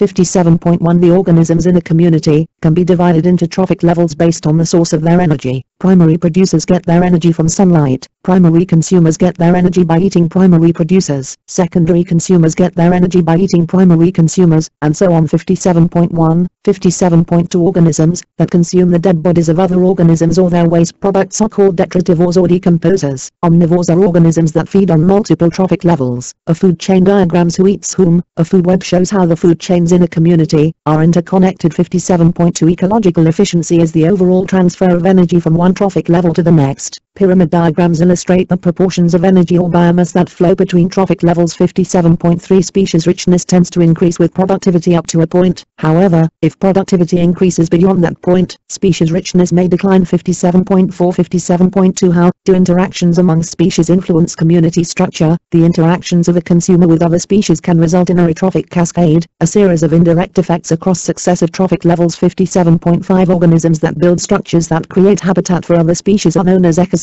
engineers. Keystone species have an influence on both the species richness and the number of trophic levels in communities out of proportion to their abundance. 57.3 What patterns of species diversity have ecologists observed? Alpha diversity is a measure of diversity within a single community or habitat, whereas beta diversity is a measure of the change in species composition from one community or habitat to another. Gamma diversity is the diversity found over a range of communities in a geographic region. Species diversity encompasses species evenness as well as species richness. 57.7 Diversity indexes are mathematical formulas used to quantify diversity. The Shannon Diversity Index is a measure of alpha diversity that takes species evenness into account. Sorensen's Index is a measure of beta diversity. Latitudinal gradients in diversity, with the greatest diversity at low latitudes, have been observed in many taxa. 57.8 According to the theory of island biogeography, the equilibrium number of species on an island represents a balance between the rate at which species immigrate to the island from the mainland species pool and the rate at which resident species go extinct. 57.9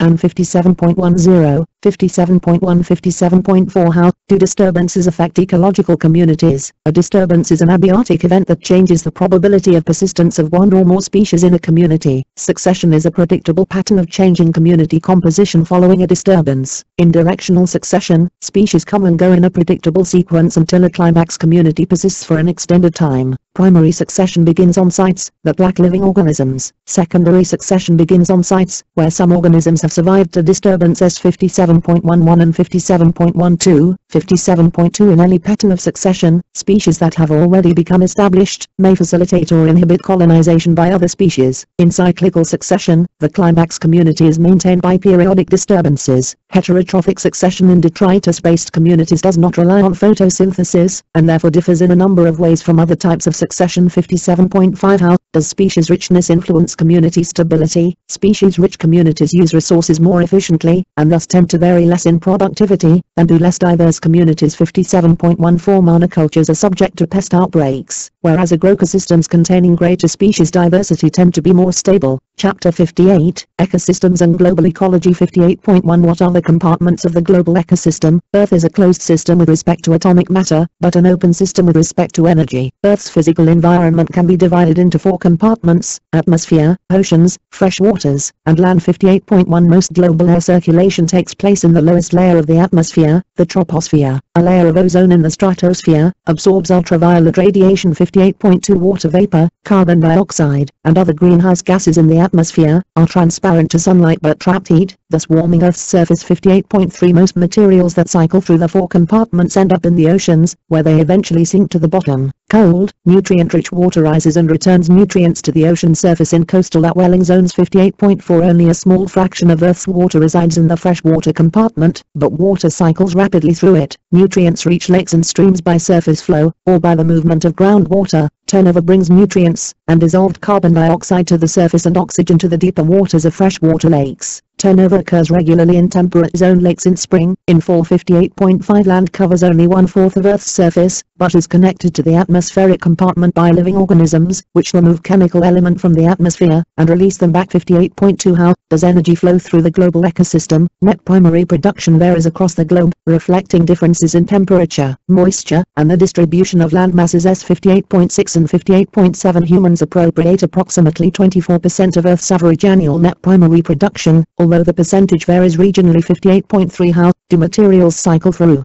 the global ecosystem? The pattern of movement of a chemical element through organisms in the compartments of the global ecosystem is its biogeochemical cycle. The hydrologic cycle is driven by the sun, which evaporates water from ocean surface, then it returns by precipitation. The excess precipitation that falls on land eventually returns to the oceans, primarily in rivers. 58.8 58.1 Groundwater plays a minor role in the hydrologic cycle, but is being seriously depleted by human activities. Carbon is removed from the atmosphere by photosynthesis, and returned to the atmosphere by metabolism. The rate at which carbon moves from the atmosphere to the oceans depends in part on photosynthesis by phytoplankton. 58.9 58.2 and 58.3 The concentration of CO2 in the atmosphere has greatly increased in the last 150 years, largely due to the burning of fossil fuels. This buildup of CO2 is warming the global climate. 58.10 58.11 58.12 As a result of agricultural use of fertilizers and the burning of fossil fuels, total nitrogen fixation by humans is about equal to natural nitrogen fixation. 58.13 and 58.14 58.4 Human alteration of the nitrogen cycle has resulted in excesses of nitrogen compounds in bodies of water, leading to eutrophication and dead zones.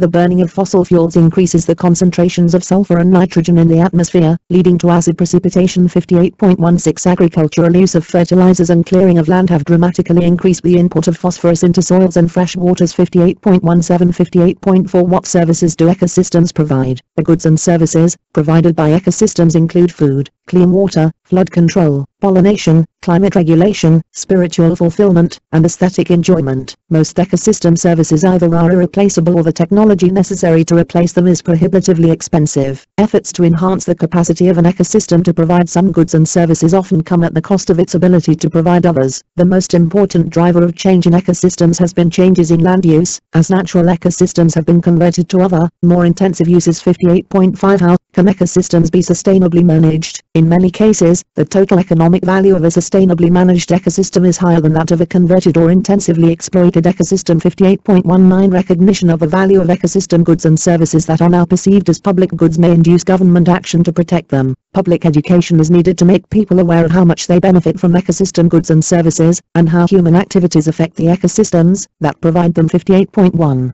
Chapter 59, Conservation Biology. 59.1 What is conservation biology? Conservation biology is an applied scientific discipline devoted to protecting and managing biodiversity. Conservation biologists recognize that an understanding of the evolutionary processes that generate biodiversity is essential to protecting it. They also understand that ecosystems are dynamic, and that humans are part of those ecosystems. Species extinctions have always occurred, but today they are occurring at an alarming rate. There are many compelling reasons for protecting biodiversity, including the maintenance of the ecosystems whose many functions provide humans with goods and services, including air and water purification. 59.2 How do biologists predict changes in biodiversity? Our understanding of biodiversity is incomplete. We do not know how many species there are, where they live, or which of the species known to science have gone extinct. Biologists can use the species-area relationship and the theory of island biogeography to estimate rates of extinction likely to be caused by habitat loss. To estimate a species' risk of extinction, statistical models take into account data on population sizes, genetic variation, physiology, morphology, and behavior. Rarity is not always a cause for concern, but species whose populations are shrinking rapidly are usually at risk of extinction. 59.3 What factors threaten species persistence? Habitat loss is the most important cause of species endangerment worldwide. As habitats become increasingly fragmented, more species are lost from those habitats. Small habitat patches can support only small populations, and are adversely influenced by defects. 59.5 and 59.6. 59.1 Overexploitation has historically been the most important cause of species extinctions, and it is still a major threat to biodiversity today. Some species introduced to regions outside their original range become invasive, causing extinctions of native species by competing with them, eating them, or transmitting diseases to them. Climate is likely to become an increasingly important cause of extinctions for those species that cannot shift their ranges as rapidly as the climate warms. 59.9 59.4 What strategies do biologists use to protect biodiversity? Establishing protected areas is crucial to conserving biodiversity. Protected areas are selected by taking into account species richness, endemism, imminence of threats, and the need to protect representative ecosystems. Restoration ecology is an important conservation strategy, because many degraded ecosystems will not recover, or will do so only very slowly, without human assistance. 59.15 International trade in endangered species is controlled by regulations that most countries endorse. Conservation biologists work to determine which species are likely to become invasive, and prevent their introduction to new areas. Even within landscapes, where people live and extract resources, steps may be taken to protect biodiversity. This approach is known as reconciliation ecology. Captive breeding programs can maintain some endangered species for the short term, while threats to their persistence are reduced, or removed. 59.1